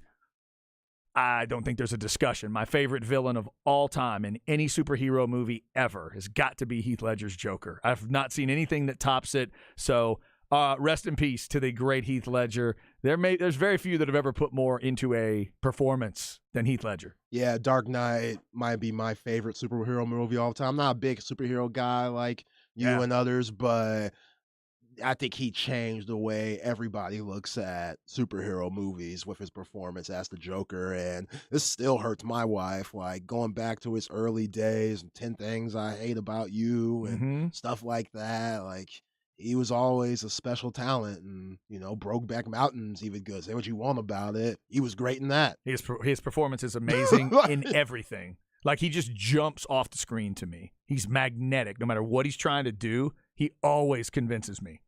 It always lands like it's supposed to. Yo, even Knight's Tale was cool. Now, that's saying something right there. That is saying something. I'm reaching, but he rocked that. Yep, absolutely. Yeah, no, you're right. That's one of those things. Everybody's got their own, everybody that likes to make the kind of the jokes and stuff about Brokeback Mountain, that's one thing. But it won its awards for cinematography and all that stuff. But the acting, it's incredible. He's great. Gyllenhaal's great.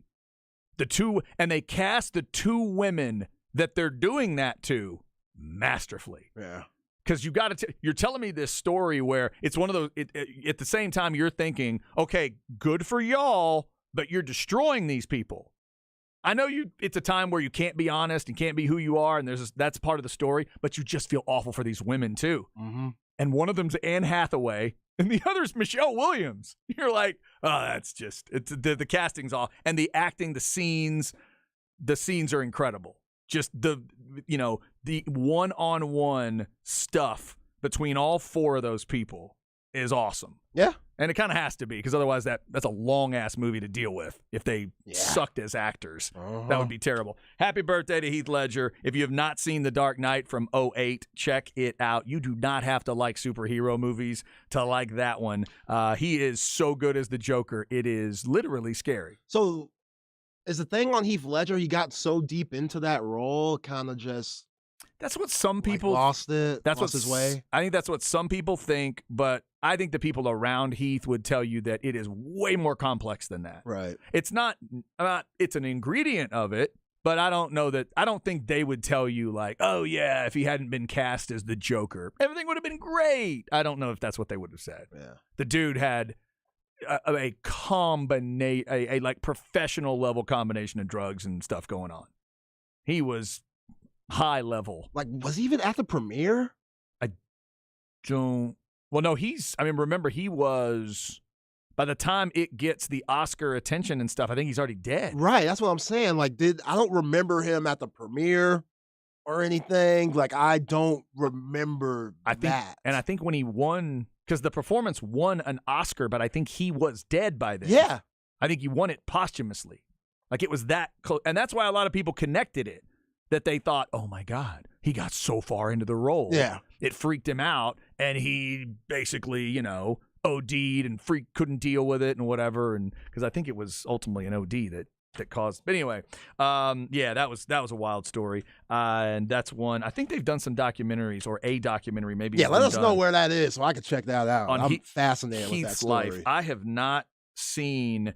If they made a documentary on it, I've not seen it, but a very sad ending there to an incredible actor's life. So happy birthday to a great good guy and a great bad guy, as far as I'm concerned. Iron Man and the best Joker I've ever seen both have birthdays today. Hope you're having a good Tuesday. We'll get you stems and seeds before we get out of here. Getting closer to the draft, basketball stories, both normal and soap opera, and we'll get you a couple other things too. Stay where you are. It's The Horn.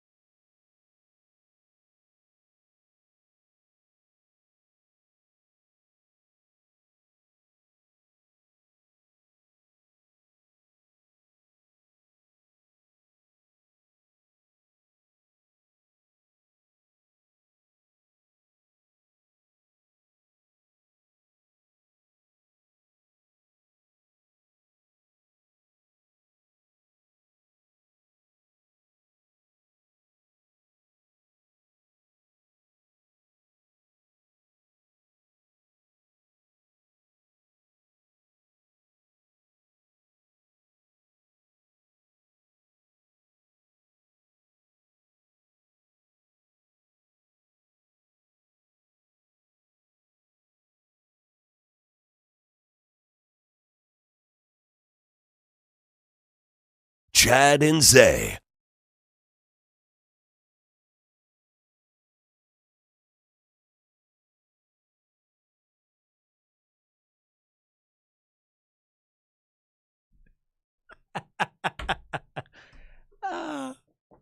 That is fantastic. Rounding it out on a Tuesday. Should I get this? Should I know this? No chance. I did not recognize it, but it was fantastic. Who is it? Devin the Dude. Shout out to somebody on the Specs text line for asking about this song, Doobie Ashtray. Devin the Dude is from Houston, part of Rap-A-Lot Records. He's like Houston's Pothead. Ah, I see. The song is called Doobie Ashtray. Doobie Ashtray. It's good to have a thing. Yeah. You know, he's got an angle. Yeah. Oh, yeah. Whoa. He's on songs with Dre on Chronic 2001. Okay. Got songs with Snoop. So everybody loves Devin the Dude. Devin the Dude. Plus the word dude needs to continue to survive. We don't ever need to get rid of dude. We got to find good usages of that word. I agree. I like Devin the Dude. Slim Thug, Lizzie Borden, the OJs, Marty Balin, Stevie Nicks. That's a music festival I would attend. The Mike Jones beat to start the hour as well. Thanks to Zay for the great stuff today. Thanks to you for listening. Thanks to all the great texts on the Specs text line today. Remember, 337-3776 is that Specs text line. Rod and Harge are coming up with Ball Don't Lie. Remember, you got Texas baseball at 4, but that's over on 1260 and 1019 because of the special start time, 3:45 pregame. The guys will have a full talk show for you right here on your Tuesday drive home. So whatever you choose to listen to or just go back and forth between Craig's call and the show, we certainly appreciate you for that. All right, let's get you a couple of updates here. In fact, let's start with we haven't talked about this, the reaction from last night's game, the damage side of it. We'll start with that in Stems and Seeds. No stress, no seeds, no stems, no sticks. Brought to you by AV Consultations, 255-8678, or go to avconsultations.com. So last night in Storrs, Connecticut, 15 people arrested and charged with various crimes. 16 others were hospitalized. Yes, 16 people went to the hospital after the game last night. And Zay, I'm looking at a picture of a van that has been turned on its side, and somebody took a lamppost, somehow ripped the lamppost out of the ground and busted it through the window of the van. Damn. This has always fascinated me. You get so happy that your team won that you destroy your stuff. These are people on campus that went to Gamble Pavilion to watch the championship game. They win, and then instead of just go to the bar and drink and have a good time, we break stuff? Can't do it. What are we doing? Can't help themselves. I've never understood it either. I get why in Philly they slither and make all the, what? Oh, like the telephone poles? Telephone poles. They put Vaseline on the poles or whatever. I get why they do all that stuff. Yeah, because remember the Phillies won a few years ago. I can't remember if it was the 08 title. I guess it would have to been. That was their last World Series. People were climbing up on those poles and hanging on the lights and stuff. Yeah, that's a little bit dangerous. Now, how are people getting injured, though? Why are there so many people in the hospital? They've got the vandalism, let's see, broken light poles, broken windows, car turned over on its side, fires set in trash dumpsters, and wooden benches. 15 people arrested, another 16 transported to hospitals for various injuries. None of them are considered to be significant. Well, okay. All right. Let me just double check here. If it's not a significant injury, why are we going to the hospital? That's what hospitals are for. Yeah, just get the first aid kicked out. Right. If I got a cut and my buddy looks at it and goes, "Oh man, okay, let's get you a Band-Aid," that's not a significant injury. Yeah, get some Neosporin. So what are we doing? Robitussin. Yeah, so maybe that's good news. I'm glad you asked that question because I think it's good. They had the university had asked for everybody to stay safe and responsible and respectful, but they smashed some windows, tipped over the van, took down lampposts on campus. So, yeah, I haven't exactly had that feeling. Zay, in 2011, when the Texas A&M stop it. When the women's team won the national title, they didn't destroy College Station, right? I mean, that's what you were thinking. They should have destroyed College Station. No. When Penn State beat y'all should have destroyed College Station then. No, that is not the way it worked. And I was always proud of Texas fans in 05 for not destroying Austin. That didn't really happen. People went to 6th Street and they just partied. They didn't break their own city. Yeah, don't be dumb. Come on, Stores. And this is their 5th. You're kind of a blue blood in that world. This is your 5th title overall. Yeah, act like you've been somewhere before, UConn students. Come on, man. All right, Ball Don't Lie coming up with Rod and Harge. And again,